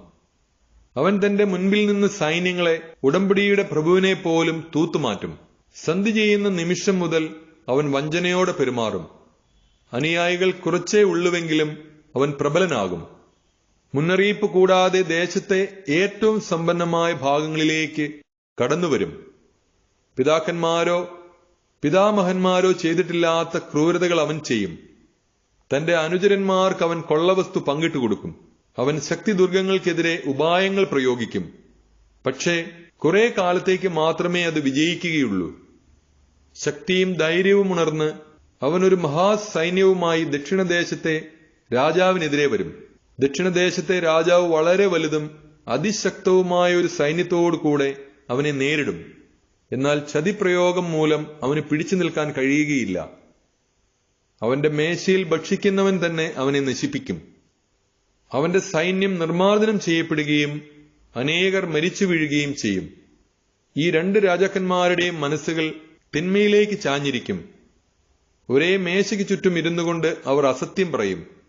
പക്ഷേ ഒന്നും ഫലിക്കുകയില്ല. കാരണം അവസാനത്തിനുള്ള നിശ്ചിത സമയം ആസന്നമായിട്ടില്ല. അവൻ വലിയ സമ്പത്തോടെ സ്വദേശത്തേക്ക് മടങ്ങിപ്പോകും. പക്ഷേ അവന്റെ ഹൃദയം വിശുദ്ധ ഉടമ്പടിക്കെതിരെ ഉറച്ചിരിക്കും. അവൻ തന്നിഷ്ടം പ്രവർത്തിക്കുകയും സ്വദേശത്തേക്ക് മടങ്ങിപ്പോവുകയും ചെയ്യും. നിശ്ചിത സമയത്ത് അവൻ തെക്കോട്ട് മടങ്ങിവരും. ഇത്തവണ മുൻപിലത്തേതുപോലെ ആയിരിക്കുകയില്ല. കിത്തീമിലെ കപ്പലുകൾ അവനെ എതിർക്കും. അവൻ ഭയപ്പെട്ട് പിന്മാറി തിരിച്ചുവന്ന് ക്രുദ്ധനായി വിശുദ്ധ ഉടമ്പടിക്കെതിരെ പ്രവർത്തിക്കും. അവൻ പിൻവാങ്ങി വിശുദ്ധ ഉടമ്പടി ഉപേക്ഷിച്ചവരുടെ വാക്ക് ശ്രവിക്കും. അവന്റെ സൈന്യം വന്ന് ദേവാലയവും കോട്ടയും അശുദ്ധമാക്കുകയും നിരന്തര ദഹനബലി നിരോധിക്കുകയും ചെയ്യും. അവർ വിനാശത്തിന്റെ മ്ലേച്ഛ വിഗ്രഹം അവിടെ സ്ഥാപിക്കും. ഉടമ്പടി ലംഘിക്കുന്നവരെ അവൻ മുഖസ്തുതി കൊണ്ട് വഴിതെറ്റിക്കും. എന്നാൽ തങ്ങളുടെ ദൈവത്തെ അറിയുന്നവർ ഉറച്ചുനിന്ന് പ്രവർത്തിക്കും.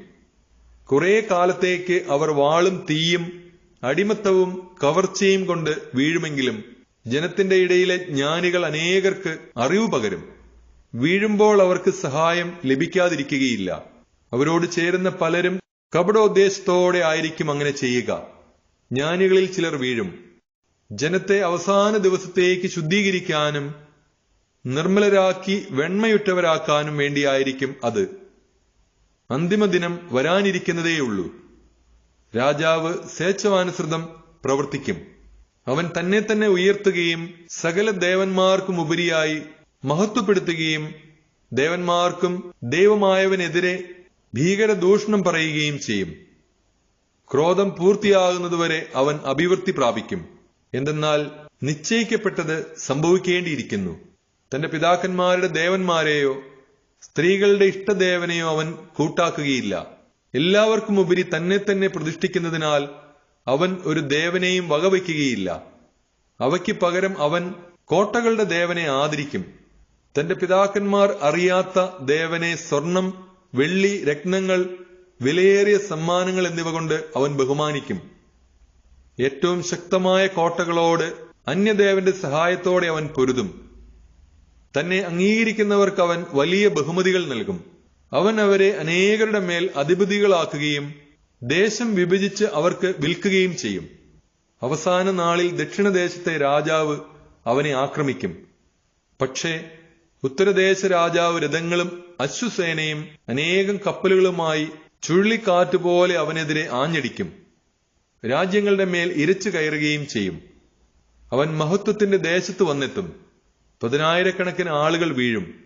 എന്നാൽ ഏദോമും മൊവാബും അമ്മോന്യരുടെ പ്രധാന ഭാഗങ്ങളും അവന്റെ കയ്യിൽ നിന്ന് മോചിപ്പിക്കപ്പെടും. അവൻ രാജ്യങ്ങൾക്കെതിരെ കൈനീട്ടും. ഈജിപ്ത് ദേശം രക്ഷപ്പെടുകയില്ല. അവൻ ഈജിപ്തിലെ സ്വർണവും വെള്ളിയും മറ്റ് അമൂല്യ വസ്തുക്കളും സ്വന്തമാക്കും. ലിബിയക്കാരും എത്യോപ്യക്കാരും അവനെ അനുഗമിക്കും. എന്നാൽ കിഴക്ക് നിന്നും വടക്കു നിന്നും വരുന്ന വാർത്തകൾ അവനെ അസ്വസ്ഥനാക്കും.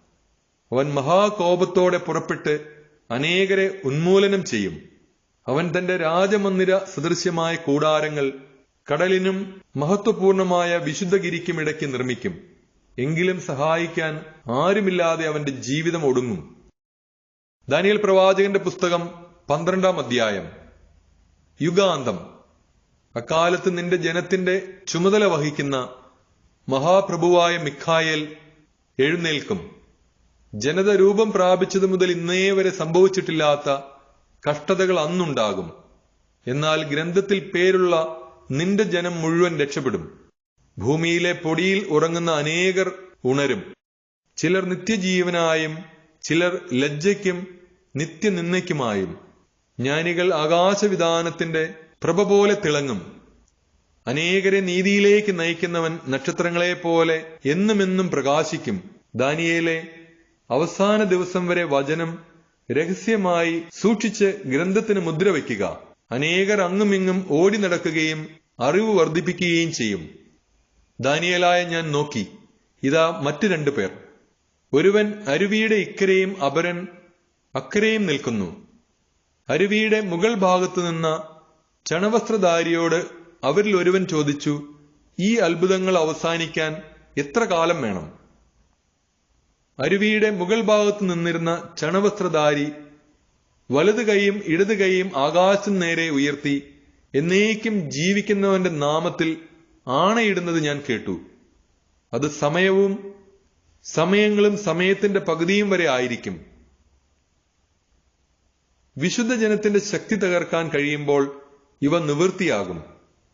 ഞാൻ കേട്ടെങ്കിലും എനിക്ക് മനസ്സിലായില്ല. അതുകൊണ്ട് ഞാൻ ചോദിച്ചു, പ്രഭോ, ഇതിന്റെയെല്ലാം പൊരുൾ എന്താണ്? അവൻ പറഞ്ഞു, ദാനിയേലേ, നീ നിന്റെ വഴിക്ക് പോവുക. ഈ വചനം അവസാന ദിനം വരേക്കും അടച്ച് മുദ്ര വച്ചതാണ്. അനേകർ തങ്ങളെ തന്നെ ശുദ്ധീകരിക്കുകയും നിർമ്മലരാക്കി വെണ്മയുറ്റവരാക്കുകയും ചെയ്യും. എന്നാൽ ദുഷ്ടർ ദുഷ്ടത പ്രവർത്തിക്കും. അവർ ഗ്രഹിക്കുകയില്ല. ജ്ഞാനികൾ ഗ്രഹിക്കും. നിരന്തര ദഹനബലി നിർത്തലാക്കുന്നതും വിനാശകരമായ മ്ലേച്ഛത പ്രതിഷ്ഠിക്കപ്പെടുന്നതുമായ സമയം മുതൽ 1290 ദിവസമുണ്ടാകും. 1335 ദിവസം ഉറച്ചു നിൽക്കുന്നവൻ ഭാഗ്യവാൻ. എന്നാൽ നീ പോയി വിശ്രമിക്കുക. അവസാന ദിവസം നീ നിന്റെ അവകാശം സ്വീകരിക്കാൻ എഴുന്നേൽക്കും. ദാനിയേൽ പ്രവാചകന്റെ പുസ്തകം 13-ാം അധ്യായം. സൂസന്ന. യവാക്കീം എന്നൊരുവൻ ബാബിലോണിൽ ജീവിച്ചിരുന്നു. ഹിൽക്കിയായുടെ മകളും അതീവ സുന്ദരിയും ദൈവഭക്തയുമായ സൂസന്നയെ അവൻ വിവാഹം ചെയ്തു. അവളുടെ മാതാപിതാക്കന്മാർ നീതിനിഷ്ഠരായിരുന്നു. മോശയുടെ നിയമമനുസരിച്ച് അവർ തങ്ങളുടെ മകളെ എല്ലാ കാര്യങ്ങളും പഠിപ്പിച്ചിട്ടുണ്ടായിരുന്നു. യവാക്കീം വളരെ സമ്പന്നനായിരുന്നു. വീടിനോട് ചേർന്ന് അവന് വിസ്തൃതമായ ഒരു ഉദ്യാനമുണ്ടായിരുന്നു. അവൻ എല്ലാവരെയും കാൾ ആദരണീയനായിരുന്നതിനാൽ യഹൂദർ അവനെ കാണാൻ വരിക പതിവായിരുന്നു. അക്കൊല്ലം ജനത്തിന്റെ ഇടയിൽ നിന്ന് 2 ശ്രേഷ്ഠന്മാർ ന്യായാധിപന്മാരായി നിയമിക്കപ്പെട്ടു. അവരെപ്പറ്റി കർത്താവ് അരുളി ചെയ്തിരുന്നു, ബാബിലോണിൽ നിന്ന് ജനത്തെ ഭരിക്കേണ്ടവരും ന്യായാധിപന്മാരുമായ ശ്രേഷ്ഠന്മാരിൽ നിന്ന് അകൃത്യം പുറപ്പെട്ടു. ഇവർ കൂടെ കൂടെ യവാക്കീമിന്റെ വീട്ടിൽ പോയിരുന്നു. വ്യവഹാരങ്ങളുള്ളവർ അവരെ സമീപിക്കുമായിരുന്നു. ഉച്ചയ്ക്ക് ആളുകൾ പിരിഞ്ഞു പോയതിനു ശേഷം സൂസന്ന ഭർത്താവിന്റെ ഉദ്യാനത്തിൽ ഉലാത്താൻ പോകും. എല്ലാ ദിവസവും അവളെ ഈ 2 ശ്രേഷ്ഠന്മാരും കാണാറുണ്ട്. അവർക്കവളിൽ അഭിലാഷം ജനിച്ചു. അവർ വിവേകശൂന്യരായി ദൈവവിചാരവും ധർമ്മബോധവും കൈവിടിഞ്ഞു. അവളോടുള്ള അത്യാസക്തി അവർ ഇരുവരെയും കീഴടക്കി. പക്ഷേ തങ്ങളുടെ മനോവ്യത അവർ പരസ്പരം പറഞ്ഞില്ല. അവളെ പ്രാപിക്കാനുള്ള ആസക്തി വെളിപ്പെടുത്താൻ അവർ ലജ്ജിച്ചു. എന്നാൽ ദിനം തോറും അവർ അവളെ നോക്കിക്കൊണ്ടിരുന്നു. അവർ അന്യോന്യം പറഞ്ഞു, ഭക്ഷണ സമയമായി, നമുക്ക് വീട്ടിലേക്ക് പോകാം. പുറത്തിറങ്ങിയ അവർ 2 വഴിക്ക് പോയി. എന്നാൽ മടങ്ങി വന്ന് അവർ വീണ്ടും കണ്ടുമുട്ടി. ഇരുവരും കാരണം പറയാൻ നിർബന്ധിച്ചപ്പോൾ അവർ തങ്ങളുടെ അഭിലാഷം പരസ്പരം വെളിപ്പെടുത്തി. അവളെ തനിച്ച് കണ്ടുമുട്ടാവുന്ന ഒരു സമയം അവർ പറഞ്ഞൊത്തു. അവർ തക്കം നോക്കിയിരിക്കവേ പതിവ് പോലെ അവൾ 2 തോഴിമാരോടൊപ്പം ഉദ്യാനത്തിൽ കടന്നു. വലിയ ചൂടായിരുന്നതുകൊണ്ട് അവൾ കുളിക്കാനൊരുങ്ങി. ഒളിച്ചുനിന്ന് നോക്കിയിരുന്ന ആ 2 ശ്രേഷ്ഠന്മാരല്ലാതെ മറ്റാരും ഉണ്ടായിരുന്നില്ല. അവൾ തോഴിമാരോട് പറഞ്ഞു, എനിക്ക് കുളിക്കാൻ എണ്ണയും ലേപനങ്ങളും കൊണ്ടുവരുവിൻ. വാതിൽ അടയ്ക്കുവിൻ. അതനുസരിച്ച് അവർ വാതിൽ അടച്ചിട്ട് തങ്ങളോട് ആവശ്യപ്പെട്ടവ കൊണ്ടുവരാൻ പിൻവാതിലിലൂടെ പോയി. ഒളിച്ചുനിന്ന ശ്രേഷ്ഠന്മാരെ അവർ കണ്ടില്ല.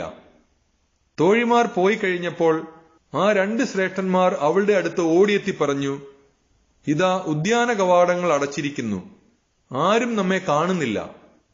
ഞങ്ങൾ നിന്നെ സ്നേഹിക്കുന്നു, അതുകൊണ്ട് നീ മടി കൂടാതെ ഞങ്ങളോടൊത്ത് ശയിക്കുക. നീ വിസമ്മതിച്ചാൽ നിന്റെ കൂടെ ഒരു യുവാവ് ഉണ്ടായിരുന്നതുകൊണ്ടാണ് തോഴിമാരെ നീ പറഞ്ഞയച്ചതെന്ന് ഞങ്ങൾ നിനക്കെതിരെ സാക്ഷ്യപ്പെടുത്തും. സൂസന്ന നെടുവീർപ്പെട്ടുകൊണ്ട് പറഞ്ഞു, എല്ലാ തരത്തിലും ഞാൻ അകപ്പെട്ടു. ഞാൻ സമ്മതിച്ചാൽ അതെന്റെ മരണമാണ്. സമ്മതിച്ചില്ലെങ്കിൽ നിങ്ങളുടെ കയ്യിൽ നിന്ന് രക്ഷപ്പെടുകയില്ല. കർത്താവിന്റെ മുൻപിൽ പാപം ചെയ്യുന്നതിനേക്കാൾ നിങ്ങൾക്ക് വഴങ്ങാതെ നിങ്ങളുടെ പിടിയിൽപ്പെടുന്നതാണ് ഞാൻ ഇഷ്ടപ്പെടുന്നത്. സൂസന്ന ഉച്ചത്തിൽ നിലവിളിച്ചു. ആ ശ്രേഷ്ഠന്മാർ അവൾക്കെതിരെ അട്ടഹസിച്ചു. അവരിൽ ഒരാൾ ഓടിച്ചെന്ന് ഉദ്യാനവാതിൽ തുറന്നു. ഉദ്യാനത്തിൽ നിന്ന് അട്ടഹാസം കേട്ടപ്പോൾ സൂസന്നയ്ക്ക് എന്താണ് സംഭവിച്ചതെന്നറിയാൻ വീട്ടിലെ വേലക്കാരെല്ലാവരും ഉദ്യാനത്തിലെ പിൻവാതിലിലൂടെ ഓടിക്കൂടി. ശ്രേഷ്ഠന്മാർ പറഞ്ഞ കഥ കേട്ട് വേലക്കാർ അത്യന്തം ലജ്ജിച്ചു. ഇത്തരത്തിലൊന്നും ഒരിക്കലും സൂസന്നയെപ്പറ്റി അവർ കേട്ടിരുന്നില്ല. അടുത്ത ദിവസം അവളുടെ ഭർത്താവായ യോവാക്കീമിന്റെ വീട്ടിൽ ആളുകൾ കൂടിയപ്പോൾ സൂസന്നയെ കൊല്ലാനുള്ള ദുരാലോചനയുമായി ആ 2 ശ്രേഷ്ഠന്മാരും എത്തിച്ചേർന്നു. അവർ ജനത്തോട് പറഞ്ഞു, ഹിൽക്കിയായുടെ മകളും യോവാക്കീമിന്റെ ഭാര്യയുമായ സൂസന്നയെ കൊണ്ടുവരുവിൻ. അവർ അവളെ കൊണ്ടുവന്നു. തന്റെ മാതാപിതാക്കന്മാരോടും കുട്ടികളോടും ബന്ധുക്കളോടും കൂടെയാണ് അവൾ വന്നത്. സൂസന്ന സംസ്കൃത ചിത്തയും സുന്ദരിയുമായിരുന്നു. അവളുടെ സൗന്ദര്യം ആസ്വദിക്കാൻ വേണ്ടി മൂടുപടം മാറ്റാൻ ദുഷ്ടന്മാർ ആജ്ഞാപിച്ചു. അവളുടെ കുടുംബാംഗങ്ങളും കൂട്ടുകാരും അവളെ കണ്ട എല്ലാവരും കരഞ്ഞു. അപ്പോൾ ആ 2 ശ്രേഷ്ഠന്മാർ ജനമധ്യേ എഴുന്നേറ്റ് നിന്ന് അവളുടെ തലയിൽ കരങ്ങൾ വെച്ചു. അവൾ കരഞ്ഞുകൊണ്ട് സ്വർഗത്തിലേക്ക് ദൃഷ്ടികൾ ഉയർത്തി. അവൾ കർത്താവിൽ ആശ്രയമർപ്പിച്ചു. ശ്രേഷ്ഠന്മാർ പറഞ്ഞു, ഞങ്ങൾ തനിച്ച് ഉദ്യാനത്തിൽ നടക്കുമ്പോൾ ഇവൾ 2 തോഴിമാരോടൊപ്പം വരികയും ഉദ്യാനവാതിൽ അടച്ചതിനു ശേഷം തോഴിമാരെ പറഞ്ഞുവിടുകയും ചെയ്തു. അപ്പോൾ അവിടെ ഒളിച്ചിരുന്ന ഒരു യുവാവ് വന്ന് ഇവളോട് കൂടെ ശയിച്ചു. ഞങ്ങൾ ഉദ്യാനത്തിൽ ഒരു കോണിലായിരുന്നു. ഈ ദുഷ്ടത കണ്ട് ഞങ്ങൾ ഓടിച്ചെന്നു. അവർ ആലിംഗനം ചെയ്യുന്നത് ഞങ്ങൾ കണ്ടു. അവൻ ഞങ്ങളെക്കാൾ ശക്തനായിരുന്നതിനാൽ ഞങ്ങൾക്കവനെ പിടിക്കാൻ കഴിഞ്ഞില്ല. അവൻ വാതിൽ തുറന്ന് ഓടിമറഞ്ഞു.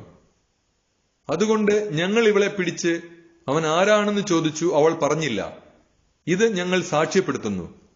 കൂടിയിരുന്നവർ അവരെ വിശ്വസിച്ചു. കാരണം അവർ ജനത്തിന്റെ ശ്രേഷ്ഠന്മാരും ന്യായാധിപന്മാരുമായിരുന്നു. അവർ അവളെ മരണത്തിന് വിധിച്ചു.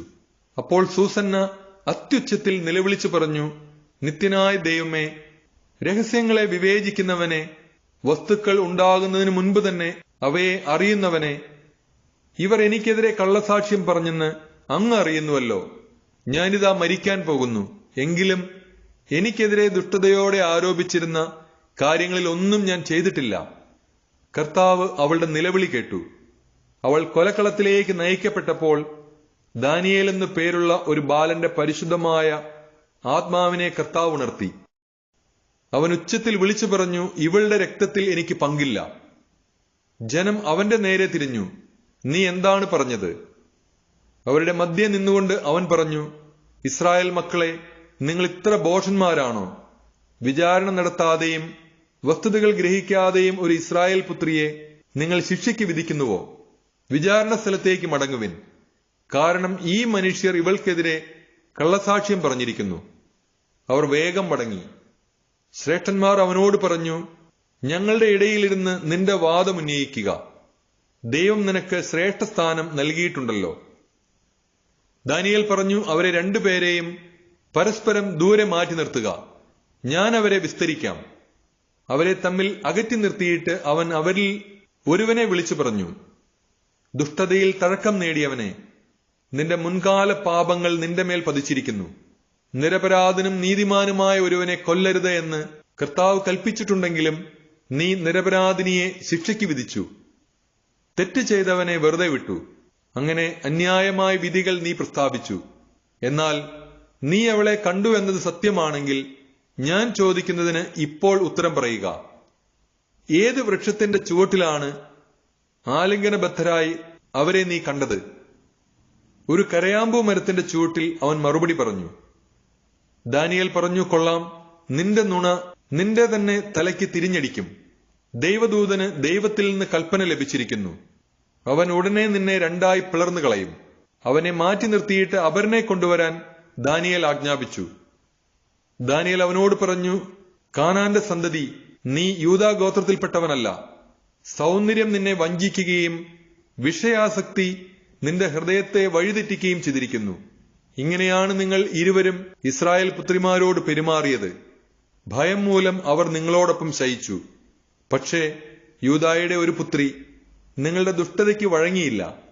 എന്നാൽ ഇപ്പോൾ എന്നോട് പറയുക, ഏത് വൃക്ഷത്തിന്റെ ചൂട്ടിൽ വെച്ചാണ് ആലിംഗനബദ്ധരായി അവരെ നീ കണ്ടത്? തഴച്ചു വളരുന്ന ഒരു കരുവേലകത്തിന്റെ ചുവട്ടിൽ. അവൻ മറുപടി നൽകി. ദാനിയേൽ പറഞ്ഞു, കൊള്ളാം, നിന്റെ നുണ നിന്റെ തലയ്ക്ക് തിരിഞ്ഞടിച്ചിരിക്കുന്നു. നിന്നെ രണ്ടായി അറുത്തു മുറിക്കുന്നതിന് ദൈവദൂതൻ വാളുമായി കാത്തു നിൽക്കുന്നു. അവൻ നിങ്ങൾ ഇരുവരെയും നശിപ്പിക്കും. അപ്പോൾ കൂടിയിരുന്നവർ അത്യുച്ചത്തിൽ അട്ടഹസിക്കുകയും തന്നിൽ പ്രത്യാശ വയ്ക്കുന്നവരെ രക്ഷിക്കുന്ന ദൈവത്തെ സ്തുതിക്കുകയും ചെയ്തു. അവർ ആ രണ്ട് ശ്രേഷ്ഠന്മാർക്കെതിരെ തിരിഞ്ഞു. എന്തെന്നാൽ അവർ കള്ളസാക്ഷ്യം പറയുന്നെന്ന് അവരുടെ വാക്കുകൊണ്ട് തന്നെ ദാനിയേൽ തെളിയിച്ചു. തങ്ങളുടെ അയൽക്കാരിക്ക് അവർ നൽകാൻ ദുഷ്ടതയോടെ തീരുമാനിച്ച ശിക്ഷ അവർക്ക് നൽകി. മോശയുടെ നിയമമനുസരിച്ച് ജനം അവരെ വധിച്ചു. അങ്ങനെ നിഷ്കളങ്കയായ ഒരുവൾ അന്ന് രക്ഷപ്പെട്ടു. ഹിൽക്കിയായും ഭാര്യയും തങ്ങളുടെ മകളായ സൂസന്നയെ പ്രതി ദൈവത്തെ സ്തുതിച്ചു. അവളുടെ ഭർത്താവായ യോവാക്കീമും ബന്ധുക്കളെല്ലാവരും അങ്ങനെ തന്നെ ചെയ്തു. എന്തെന്നാൽ ലജ്ജാകരമായതൊന്നും അവളിൽ കാണപ്പെട്ടില്ല.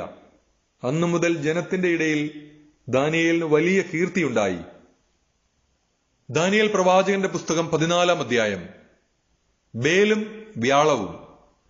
അസ്ത്യാഗസ് രാജാവിന് ശേഷം പേർഷ്യക്കാരനായി സൈറസ് ഭരണമേറ്റു. രാജാവിന്റെ മിത്രവും അവന്റെ സ്നേഹിതന്മാരിൽ വെച്ച് ഏറ്റവും ബഹുമാനിതനുമായിരുന്നു ദാനിയേൽ. ബാബിലോണിയർക്ക് ബേൽ എന്നു പേരായ ഒരു പ്രതിഷ്ഠയുണ്ടായിരുന്നു.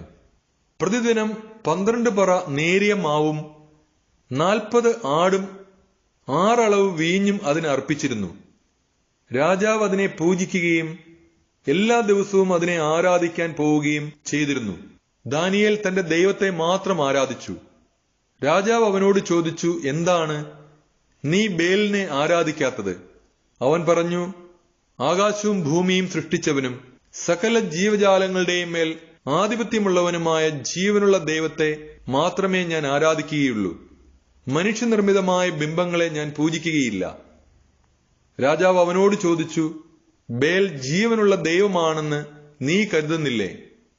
അവൻ ദിവസം തോറും എത്രമാത്രം തിന്നുകയും കുടിക്കുകയും ചെയ്യുന്നുവെന്ന് നീ കാണുന്നില്ലേ? അപ്പോൾ ദാനിയേൽ ചിരിച്ചുകൊണ്ട് പറഞ്ഞു, രാജാവേ, നീ വഞ്ചിതനാകരുത്. ഇതിന്റെ ഉള്ളിൽ കളിമണ്ണും പുറമെ ഓടുമാണ്. ഇതൊരിക്കലും ഭക്ഷിക്കുകയോ കുടിക്കുകയോ ചെയ്തിട്ടില്ല. അപ്പോൾ രാജാവ് കോപിച്ച് തന്റെ പുരോഹിതന്മാരെ വിളിച്ചു പറഞ്ഞു, ഈ ആഹാരമെല്ലാം ആരാണ് ഭക്ഷിക്കുന്നതെന്ന് പറഞ്ഞില്ലെങ്കിൽ നിങ്ങൾ വധിക്കപ്പെടും. എന്നാൽ ബേലാണ് അവ ഭക്ഷിക്കുന്നതെന്ന് നിങ്ങൾ തെളിയിച്ചാൽ ദാനിയേൽ വധിക്കപ്പെടും. കാരണം അവൻ ബേലിനെതിരെ ദൂഷണം പറഞ്ഞിരിക്കുന്നു. ദാനിയേൽ രാജാവിനോട് പറഞ്ഞു, നീ പറഞ്ഞതുപോലെ സംഭവിക്കട്ടെ. ബേലിന്റെ പുരോഹിതന്മാരായി 70 പേരുണ്ടായിരുന്നു, കൂടാതെ അവരുടെ ഭാര്യമാരും കുട്ടികളും. രാജാവ് ദാനിയേലിനെയും കൂട്ടി ബേലിന്റെ ആലയത്തിലെത്തി. ബേലിന്റെ പുരോഹിതന്മാർ പറഞ്ഞു, ഇതാ ഞങ്ങൾ പുറത്തു പോകുന്നു. രാജാവെ, നീ തന്നെ ഭക്ഷണവും വീഞ്ഞും ഒരുക്കി വെച്ചിട്ട് വാതിലടച്ച് നിന്റെ മോതിരം കൊണ്ട് മുദ്ര വയ്ക്കുക. നീ പ്രഭാതത്തിൽ മടങ്ങി വരുമ്പോൾ ബേൽ ഇത് മുഴുവൻ ഭക്ഷിച്ചിട്ടില്ലെങ്കിൽ ഞങ്ങളെ കൊന്നുകൊള്ളുക. അല്ലെങ്കിൽ ഞങ്ങളെപ്പറ്റി വ്യാജം പറയുന്ന ദാനിയേൽ മരിക്കണം. അവർക്ക് കൂസലില്ലായിരുന്നു. കാരണം പീഠത്തിന്റെ അടിയിൽ അവർ ഒരു രഹസ്യ കവാടം ഉണ്ടാക്കിയിരുന്നു.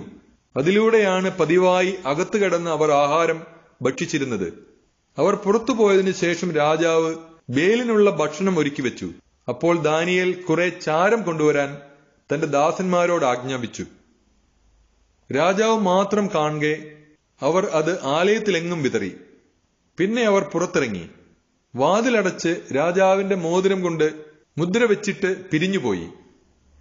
പതിവ് പോലെ രാത്രിയിൽ പുരോഹിതന്മാർ ഭാര്യമാരോടും കുട്ടികളോടും കൂടെ വന്ന് എല്ലാം ഭക്ഷിക്കുകയും കുടിക്കുകയും ചെയ്തു.